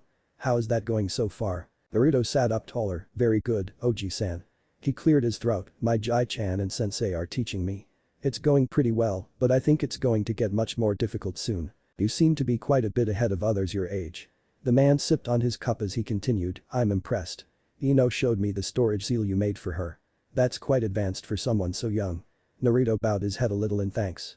Have you been practicing Fuinjutsu long? Naruto was surprised at how curious these legendary ninjas were of him. My godfather sent me a few books about Fuinjutsu to read. Remembering the Hokage's words, Naruto opted to not mention his parents. He thought it could get me into a habit of reading every day, and I guess it worked. I really like Fuinjutsu, but I'm only a beginner. They should teach it at the academy, Ino said, her voice once again calming Naruto. They don't? He asked. She shook her head, nope, not at all. She smiled at him, making him blush again, and he was sure the adult saw him. You should see how jealous people are of my seal. I'm the only one who doesn't have to drag around a huge backpack of books and supplies every day. Troublesome, whispered Shikamaru, the other boy his age, but he quickly looked away when Ino glared at him. You don't have the chakra capacity for Fuinjutsu yet, added Inoichi, refilling on his cup. Not to mention the advanced chakra control. It's also a dangerous practice, any miscalculation or false ink stroke can result in disaster. He smiled at Naruto, some people are just naturally inclined to Fuinjutsu, so it's a field more offered as an alternative career path once you become genin. Amiko looked at Naruto softly, is that something you plan to do, Naruto-chan? No, probably not, he replied politely wiping his mouth clean. I use Fuinjutsu more as a supplement to ninjutsu, so I would probably want to join the regular forces. He sat taller, looking seriously at the adults. My dream is to become Hokage, so aiming for Junin should be my first goal. Hokage, muttered the surprisingly relaxed voice of the Shikaku, that's quite the lofty goal, Naruto. The Junin stared at the boy, who only returned his stare. I had a couple of classmates who wanted to become Hokage, too. Even when they were your age, they wouldn't stop yapping about it. He chuckled, rubbing the back of his head, they worked day and night for it for years and years. If that's your goal, you'll have to do the same. His eyes lost their bemusement as he looked into Naruto's eyes, are you willing to do that? Naruto nodded, poised and confident. Absolutely, sir. A twinkle returned to Shikaku's eyes as he smiled with a nod, good, he muttered as he downed another drink, I'm glad there is someone like you in this new generation. He turned to his son, who was still looking bored, and rubbed the top of his head. If every kid your age acts like my lazy boy here, we're all doomed. Shikamaru grunted and shoved his father's hand away as Shikaku turned back to Naruto, I actually have some hope for the future now. Gee, thanks for your vote of confidence, Shikaku Aji-san, muttered Ino, making the man laugh. Finally, Naruto's nerves had calmed and his smiles again came easily. The food did taste very good, and as the morning sun passed into the afternoon, the conversations flowed. Naruto did not speak much, but he was content to watch and observe. He had his fair share of family meals at home, but their topics had never been so domestic. Sure, his sister may sometimes share gossip and recipes, but they'd never spoken about grocery sales or domestic chores before. It felt different, but it was nice and warm, and Naruto felt glad to be a part of it. With every joke attempted and story told, Naruto had eaten another plate of food and soon his stomach was bursting and he started to sweat. He hadn't realized how much he was eating and he had actually been the last person outside of the Akimichi family to stop eating. Resisting a groan, he sat back and slumped against his crossed legs. Ino giggled at the sight of him, her lingering eyes feeling hot against his skin, and he couldn't stop that blush from burning his cheeks. He carefully wiped his mouth clean and rinsed his mouth, making sure to maintain proper etiquette. He had lost himself in the great food for a second, but the knowledge from his new books came rushing back. When in public, especially in the presence of Ino, he had to be a gentleman. Calm, poised, and collected. "You know, Naruto-chan," came the loving voice of Emiko. "Ino-chan talks about you a lot at home." That seemed to have silenced the conversations around the picnic blanket as everyone looked over at Naruto and Ino. Naruto wasn't sure why, but he glanced around and saw the three ladies sharing a sly smile before staring at him, as if expecting him to react. His three new uncles also behaved oddly, looking at him with a sort of concern or perhaps pity. "Ha-chan," cried Ino, her face burning red, and no. "What? I'm just telling the truth," the elder Yamanaka woman answered. "I feel like I already know Naruto-chan because of how much you talk about him." Perhaps Ino's parents also requested daily mission reports from Ino. Naruto wasn't sure, but clearly he was not the only one sharing information about their newfound friendship. His new aunt was smiling, so that had to be a good sign. She was definitely not against his association with Ino. Naruto wasn't sure of all the facts, but he digressed. As long as he could spend more time with Ino, nothing else mattered. "How do you feel about it?" asked Emiko. Naruto shrugged. "I didn't know about it, but it's not all that surprising." Emiko and the other ladies looked confused by his reaction, but he returned with a smile. "I talk about Ino-chan all the time at home. I guess my family might feel like they know her, too." Thinking back to the time his siblings took to watch over his mission tapes, he nodded. "Oh yeah, they would definitely feel like they know her. They ask me about her a lot." Ino's face went even redder, and Naruto discreetly pushed a bottle of water closer to her. "Oh, really?" asked Emiko. "I've never really met anyone my age before, so Ino-chan is the first friend I've ever made." He smiled at his new aunt. "I guess my family was worried about me, so they asked me a lot of questions." He shrugged, but I was fine with it. "I'm always happy to talk about Ino-chan." "Oh?" asked Emiko happily. "See, Ino. Naruto-chan talks about you all the time, too. It's completely normal." Naruto nodded. "I do," he simply said before smiling. "I was actually really excited about today, too. I only get to see Ino-chan on weekends." He smiled at Ino, who shakily looked away. "I used to not like weekends that much, but now I can't wait for them." "Oh, you're so sweet," exclaimed Emiko, Yoshino and Shako giggling behind her. "The boy who's not afraid to admit his feelings," added Yoshino with a proud nod. "You're a rare one, Naruto-chan." "Ugh, I guess," he replied, not really understanding. Shako giggled at the burning Ino, but turned to Naruto. "Do you miss Ino-chan a lot during the week?" "I do," admitted the boy loudly, making Ino squeak in response. "Of course, I do. I even wondered if my Jai-chan and sensei would let me attend the academy, but I know they'd say no." He nearly pouted, making the ladies giggle again. "It'd be way more fun if we could play every day." Inoichi sighed as he silently watched the scene. "No wonder Ino-chan didn't want us to come today," teased Shako. "She wanted her alone time with Naruto-chan."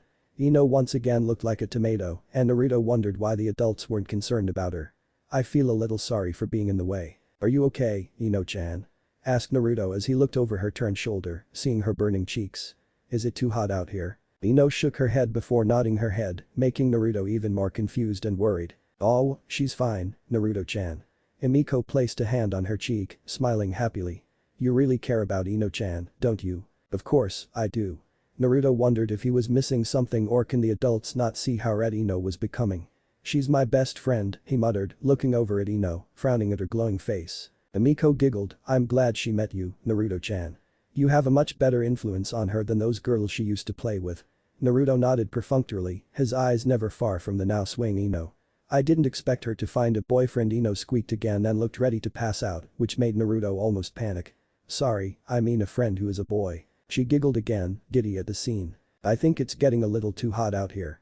He looked up. "The afternoon sun is dangerous." Ishino giggled. "Why is it dangerous?" "I'm sure you know, but Ino-chan isn't good with heat or the sun." Naruto didn't want to overstep, but Ino needed help. I actually came prepared for this." Tapping on his forearm, he unsealed an umbrella. "I knew this might be a problem, so I brought this just in case."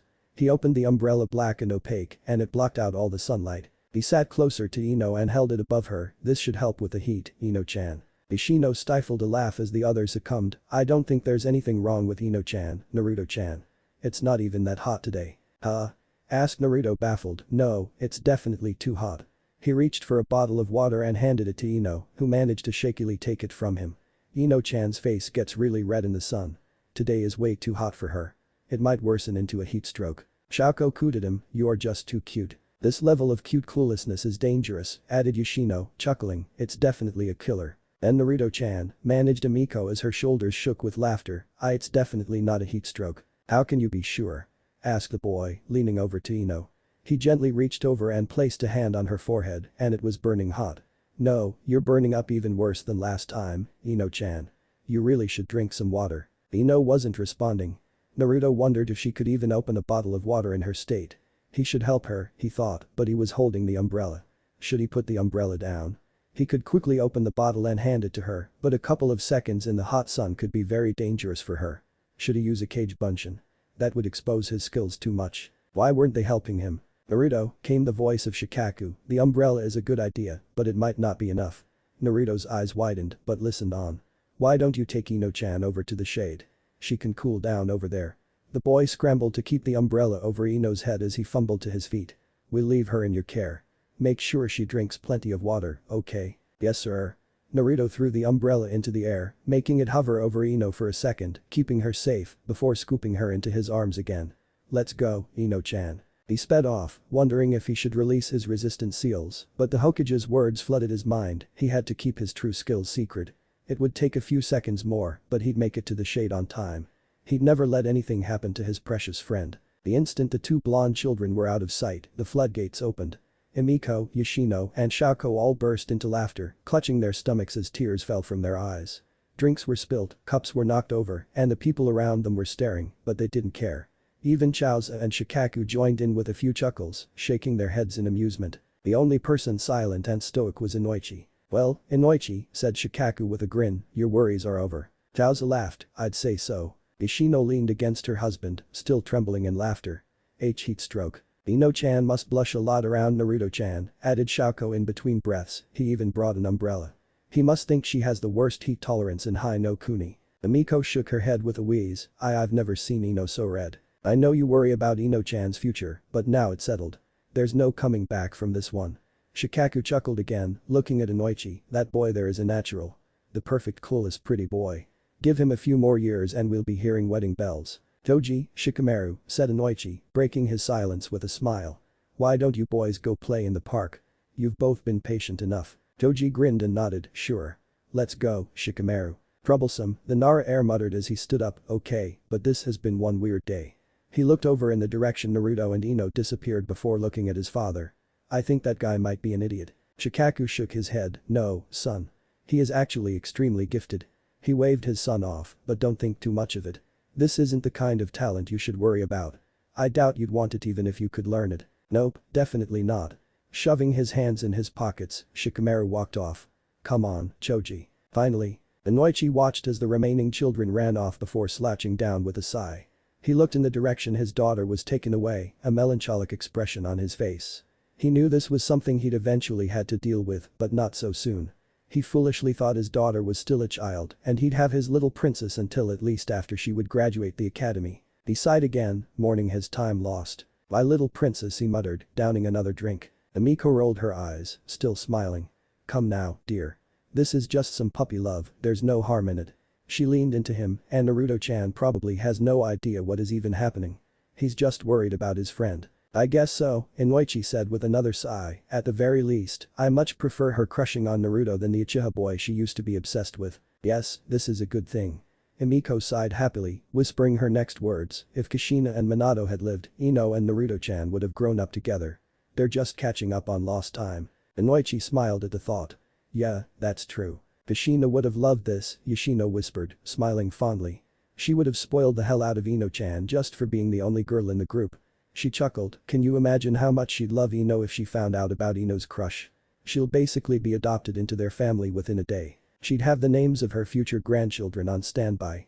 Chaoza gave a low laugh, might even start knitting some children-sized scarves. Minato would probably try and fail to calm her down, added Shikaku with a smile, then he'd probably come to us for advice. There is no way I'd ever stand in Kushina's way, answered Chaoza, she was a natural disaster on her own. Shako smiled and sighed, looking up at the clear skies, they both must be smiling down on us right now. Inoichi sighed and nodded. Yeah, they must be. He thought of Naruto, he looked so much like Minato.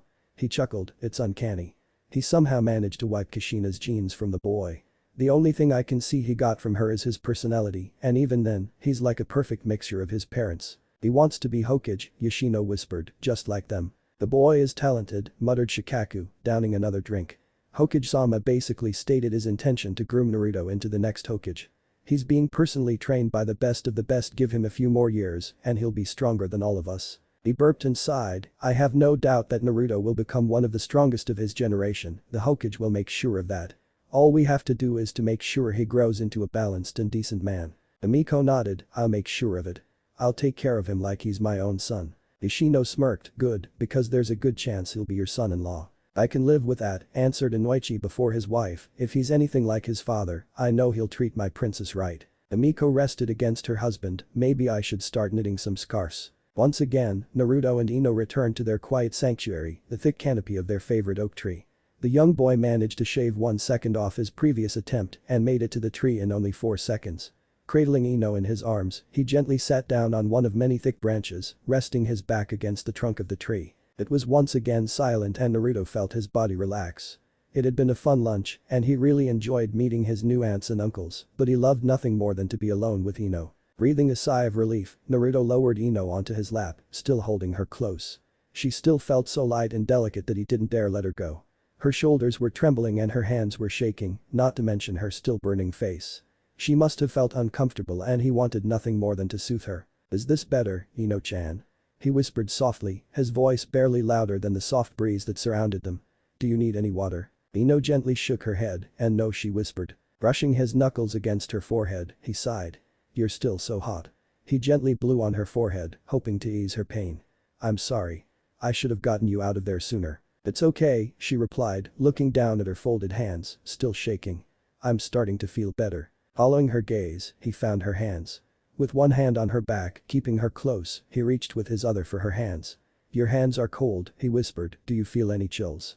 I'm worried you might have a fever. She shuddered a breath, I'm fine, Naruto-kun. He rubbed her cold fingers with his own, holding both her hands with his own. Are you sure? Why yes.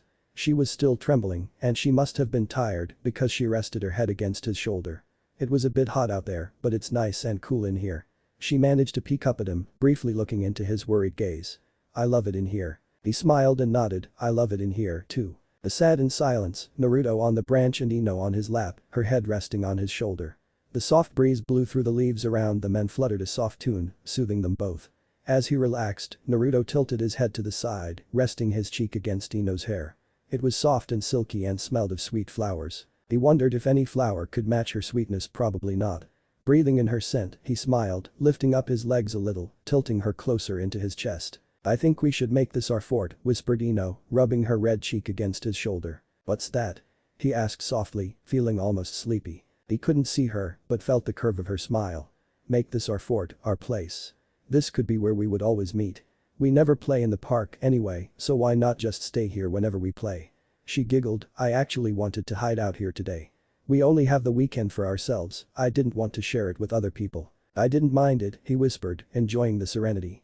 Lunch was very good and your parents are great. I've never really met anyone like them before, but for someone so famous, your dad and your uncles are all very nice. Ino giggled, they really like you. He felt her hair tickle his face, smiling at the feeling. Especially my mom. I've never seen her so happy to meet my friends. I don't think she even treats Shikamaru and Choji like that. At the mention of the other boys, he added, your friends seem nice, too. I didn't get to speak to them that much, but I think I like them, too. They're okay, she answered with a smile, you'll have to get used to them. Shikamaru is the laziest person I've ever met. He never does his homework and always falls asleep in class. Naruto wondered if the academy was particularly lax. Had he fallen asleep during his lessons, Commander Ryu would throw him in the water. Choji is a little better in class, at least he doesn't sleep. But he is always eating something. I don't know where he hides them all, but he always has a bag of chips with him. It seems fun, he added, going to the academy. If only I could attend, too. Ino nodded against his shoulder, if only. He smiled against her hair. Actually, no. Ino frowned and shook her head, I don't want Ami and the others to meet you. They get crazy whenever a cool boy joins our class. Naruto couldn't really understand, but listened on. They'd crowd around you all day, trying to fight for the seat beside you, and you would never be able to eat in peace during lunch. If I ever go to the academy, I'd only sit next to you.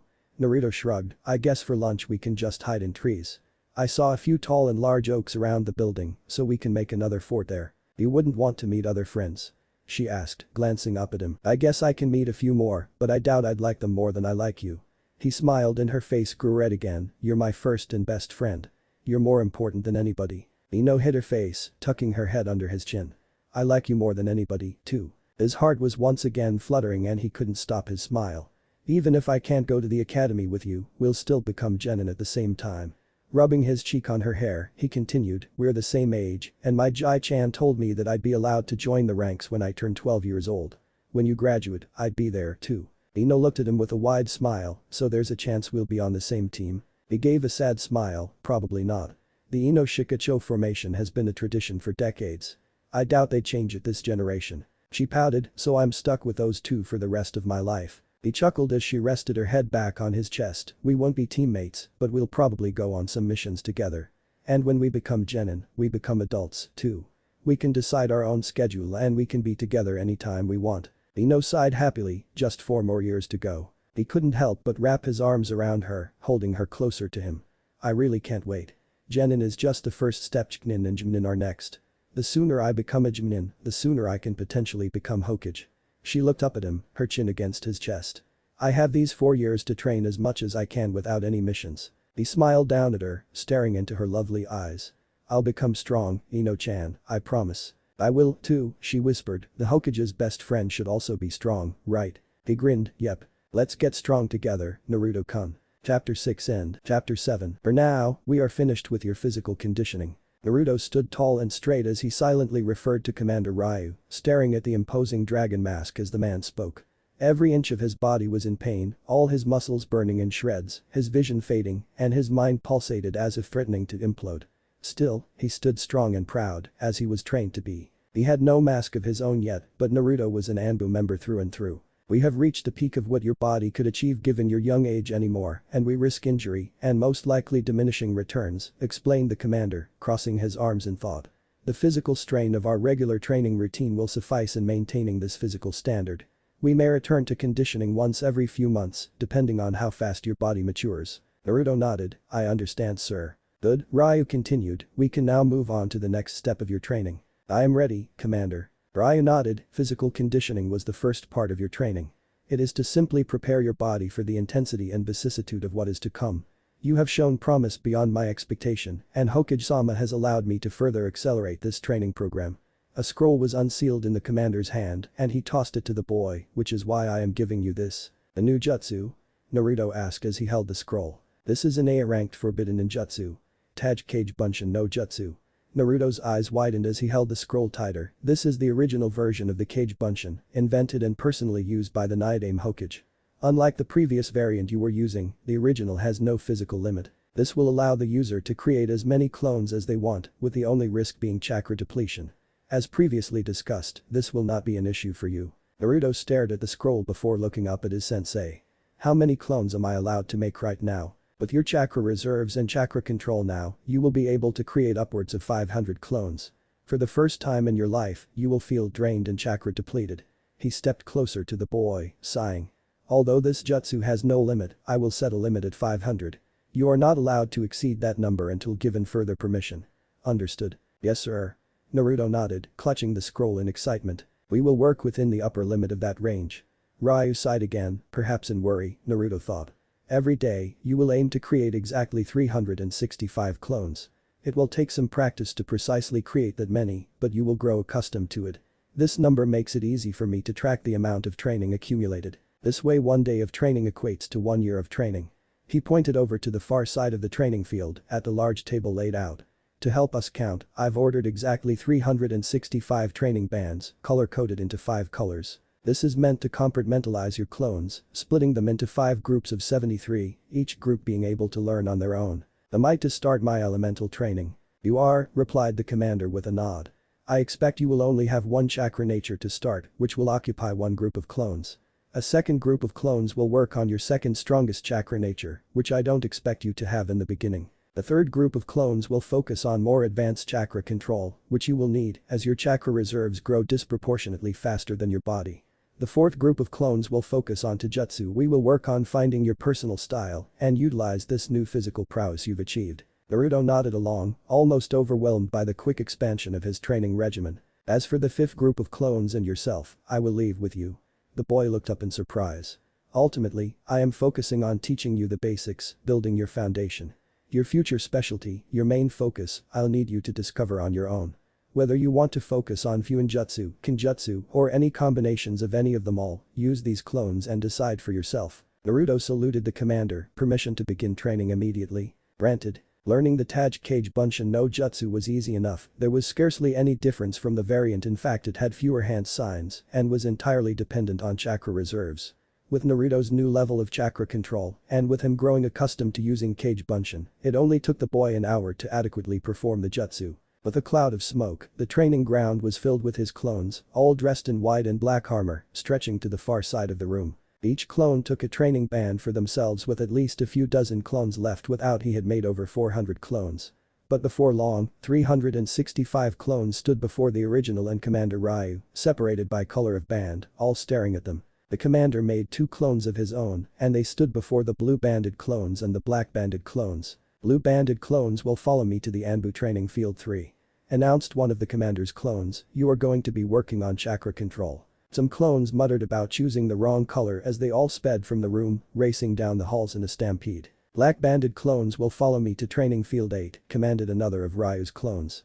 We will work on Taijutsu. Again, another stampede of Naruto stormed through the underground halls of the Anbu barracks. The original commander turned to the original Naruto, handing him a piece of paper, and Naruto knew exactly what it was. He had been looking forward to this ever since his Jai-chan had explained to him the concept behind elemental training. He quickly took the chakra paper and held it tightly between his fingers, looking up at his sensei for permission. Ryu nodded, go ahead, channel your chakra through the paper. Yes, sir, he muttered, looking down at the piece of paper. The piece of paper immediately split in half before burning to ash. Naruto watched in widened eyes, surprised at the outcome. He looked up at the commander, but the man's eternal dragon mask blocked his expression. Though his silence spoke volumes, and Naruto waited in excited silence for Ryu to speak. You have a natural affinity to 2 chakra natures, which is significantly rare for someone your age. Fire and wind, a powerful combination. If you can utilize both elements, you will be able to fight effectively in close, mediate, and long-range battles. Wind can also bolster fire, potentially doubling your destructive capabilities. Naruto shook in excitement and could barely keep himself from cheering. This is a surprise, but a welcomed one. Making another 2 clones, Ryu sent them to the red-banded clones and white-banded clones. Even the colors match well. Naruto smiled with a nod. Red-banded clones will follow me to training field 1, came the command of Ryu's clone, we will be working on fire elemental chakra. White-banded clones will come with me to training field 2, said the other clone, we will work on wind chakra. The 2 groups of grinning and cheering clones sped out of the room, flooding the hallways again. Naruto chuckled at the scene, almost wanting to follow them. He had wanted to learn about elemental manipulation for years, but now he had to wait until his clones dispersed in order to know. Fire and wind. He had wondered for so long about his chakra nature, and now he had 2. He couldn't help but wonder what his clones would be learning. Taibi, came the voice of the original commander. I leave this to you now. The yellow-banded clones are yours to command, and you can use this training field here. You may choose to focus on whatever you want. You may change subjects and switch fields. Feel free to explore your options. As long as you are learning, whether it be new subjects or just about yourself, it is not a waste of time. He crossed his arms again, I must report to Hokage-sama. My clones will disperse your clones when they're finished, so take your time here and I'll let you decide on when to stop. I understand, Commander. He bowed as Ryu vanished, thank you sir. Naruto faced his remaining clones and smirked. Well, I think you all know what we'll be doing. Hi. Naruto had been exhausted before, or so he had thought. In the boy's short life, he had been training for years. He had sparred countless times with his siblings, been taught all sorts of interesting and cool techniques, and had even trained a few times with the Hokage himself. He thought he understood exhaustion after all he had been through, but those were but hiccups compared to actual exhaustion. He felt empty. You shouldn't push yourself too hard, Naruto-chan. Naruto could barely hear the sweet voice of his Yugani as he slumped against the dinner table. He had anticipated some fatigue and had the foresight to wait until he was with his siblings in the cafeteria before his clones dispersed, but what came was a mountain of pain. While waiting for his food, his eyes rolled behind his head and he briefly passed out on the table. He woke up to the entire room filled with his concerned siblings around him, all keeping a safe distance in order to give him some breathing room. Only Yugani and Kakanai were beside him. "This is the first time I've ever seen you like this, Chibi." He felt Kakashi ruffle his hair and he tried to sit up. Even pushing himself up was straining, but he managed to sit up with a groan. He managed a small smile for his siblings, his smiling growing at the sight of them all sighing in relief. Most of them returned to their seats but still looked over at him concerned. He waved them off, returning to sipping on his juice through a straw. Finishing his cup with a slurp, he sighed. "I'm okay," he muttered, his vision clearing more, "it's getting easier. Commander Ryu told me of your new training method." Kakashi rested his chin on his hand, leaning on the table.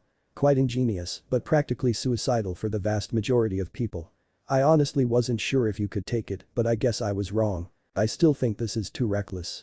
Yugao pulled Naruto closer and kissed his hair. "Naru-chan is still a child. He may have potential, but there's no need to push him this much." Naruto rested against Yugao's shoulder. "I'm okay, Ni-chan. I was too excited and pushed myself more than I should have. I'm just not used to using so many clones.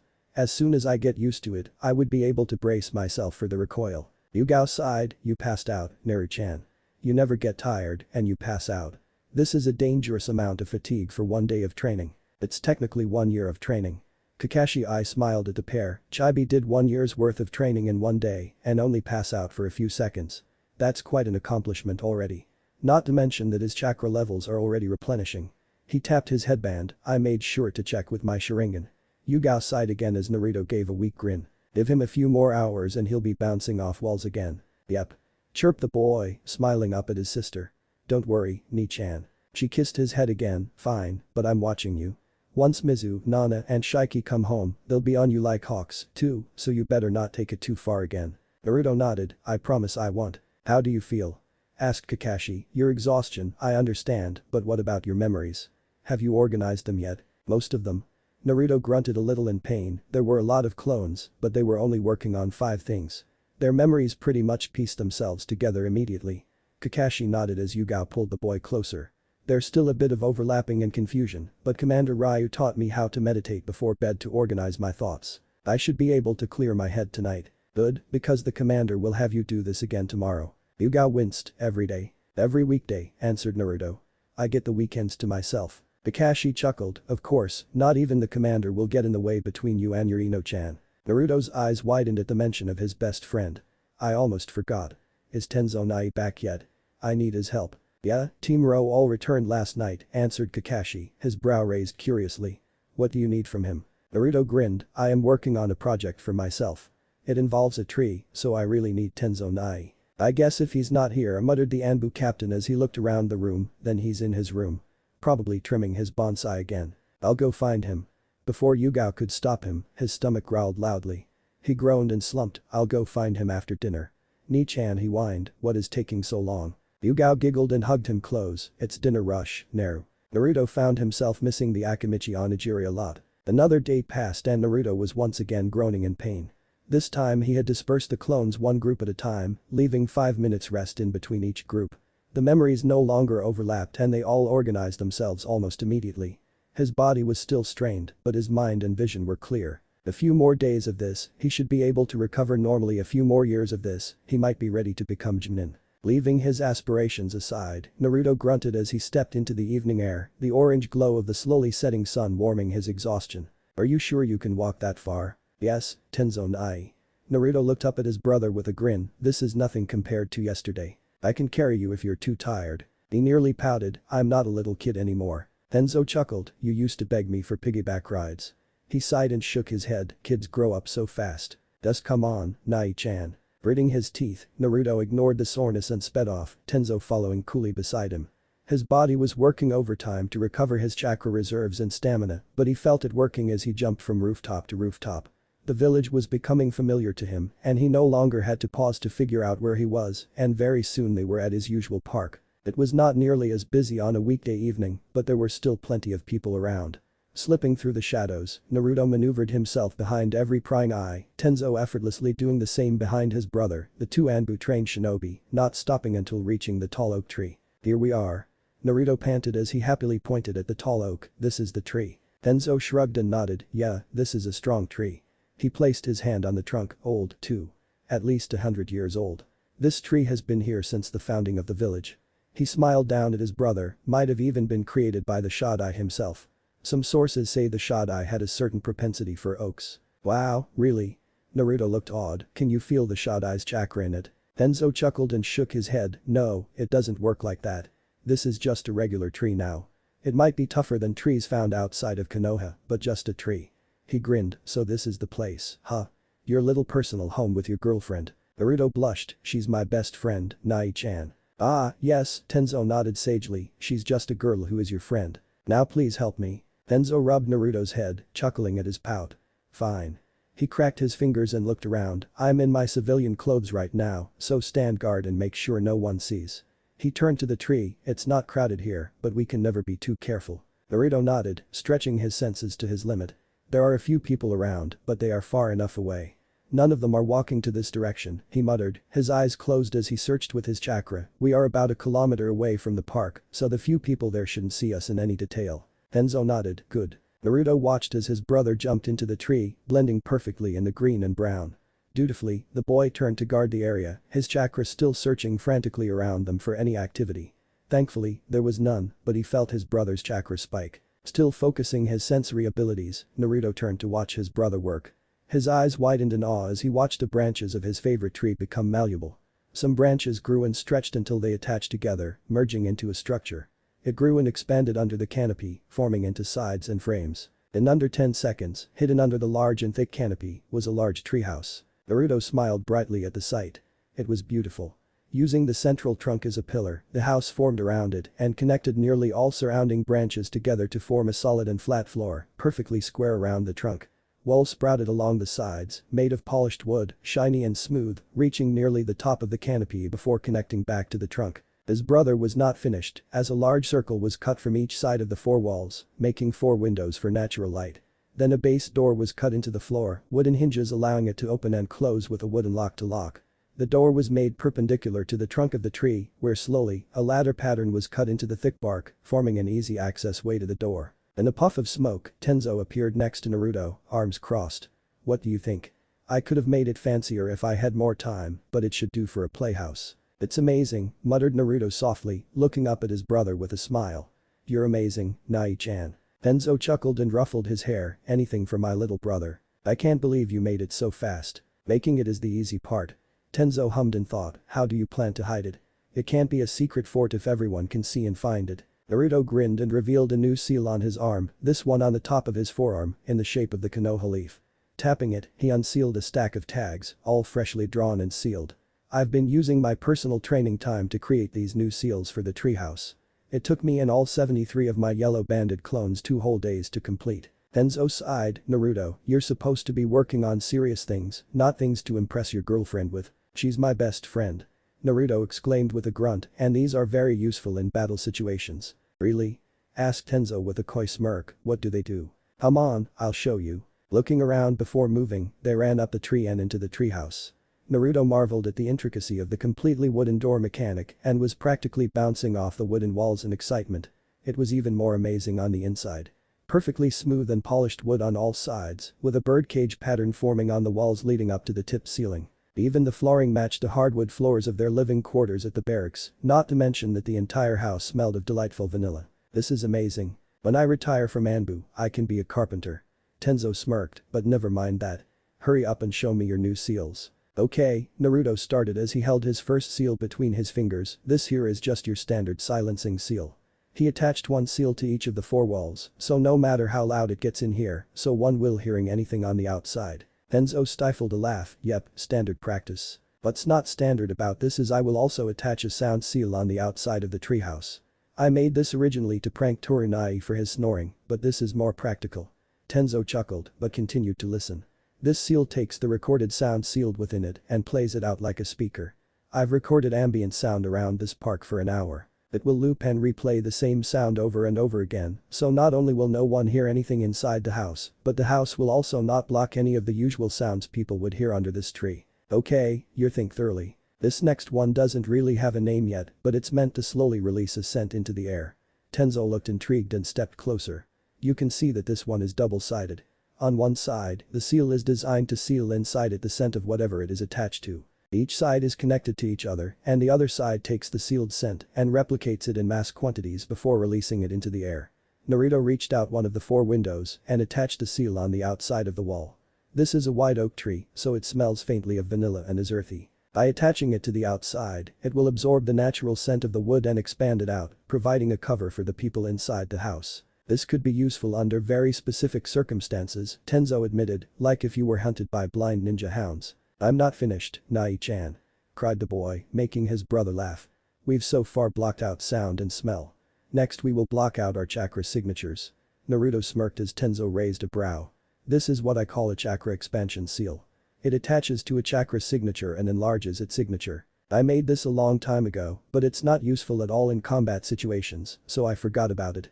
What I didn't figure out was that everything in nature has chakra flowing through them, including trees." "Okay," muttered Tenzo as he watched Naruto reach out the window again and attach the tag to the tree. "This seal will attach itself and leach into the chakra network of the tree, greatly amplifying its signature.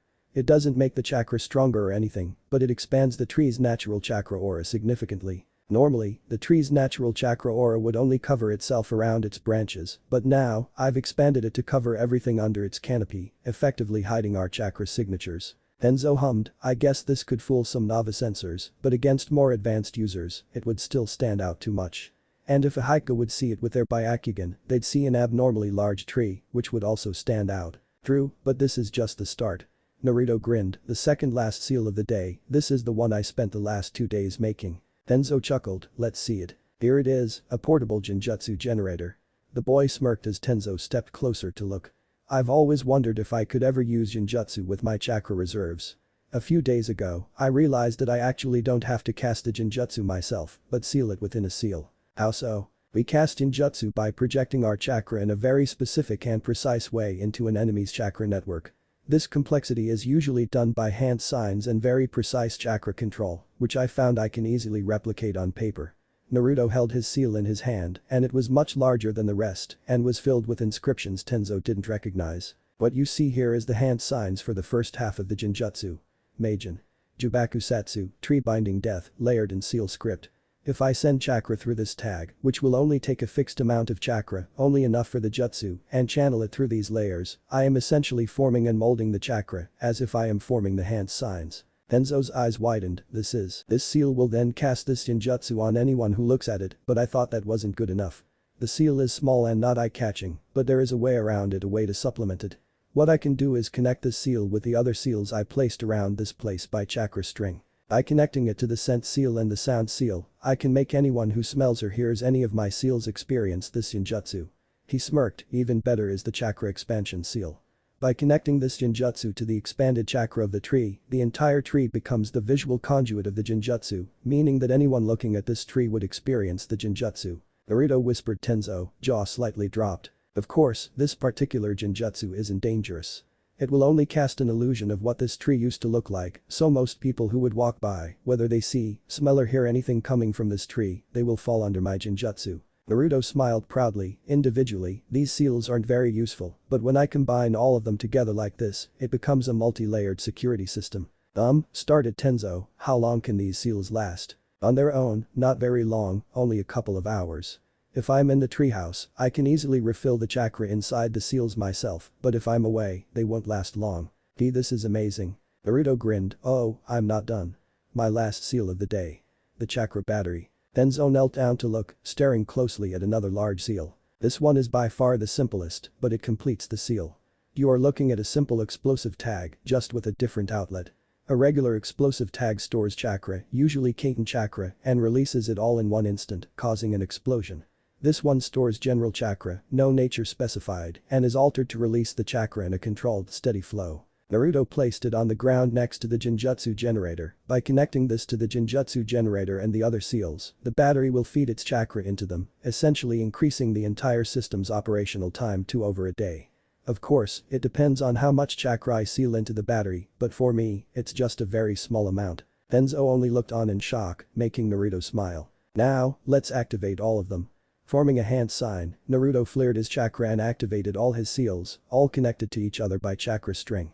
The genjutsu generator was attached to the floor of the treehouse, the battery right next to it, both attached by chakra strings that led to each silencing seal, sound seal, sense seal, and chakra expansion seal. All glowed with a soft blue as they activated, casting the complete illusion of the senses. With this on, Ino-chan and I can do whatever we want in here and no one will know. Enzo stared down at his brother, wondering if his desire to have privacy with his girlfriend seriously made him invent one of the most versatile, ingenious, possibly life-saving seal system Konoha had ever seen. With this system, camping out in the open during missions would no longer be an issue. Entire buildings could be hidden with it. It was a simple concept, just hiding the plain sight. More importantly, the fact that Naruto was able to recreate the molding effects of hand signs in his seals, effectively allowing him to seal and release jutsu by tags. This could possibly revolutionize Konoha's entire arsenal. It was too early to say, but with years still remaining in Naruto's training, he could expand and perfect these seals. This could give Konoha a huge advantage over the other great nations. So, what do you think, Nai-chan? The boy had a huge grin on his face. Do you think Ino-chan will like it? Enzo could only stare at Naruto and wonder what other inventions his brother's little girlfriend could inspire. Chapter 7 End. What if Naruto has genjutsu and sharingan join Anbu? Thanks for watching my video till the end. If you enjoy this content, then do consider subscribing to my channel and leave a like if you guys need the next part, comment down, and thanks for watching the video and see you guys in the next video.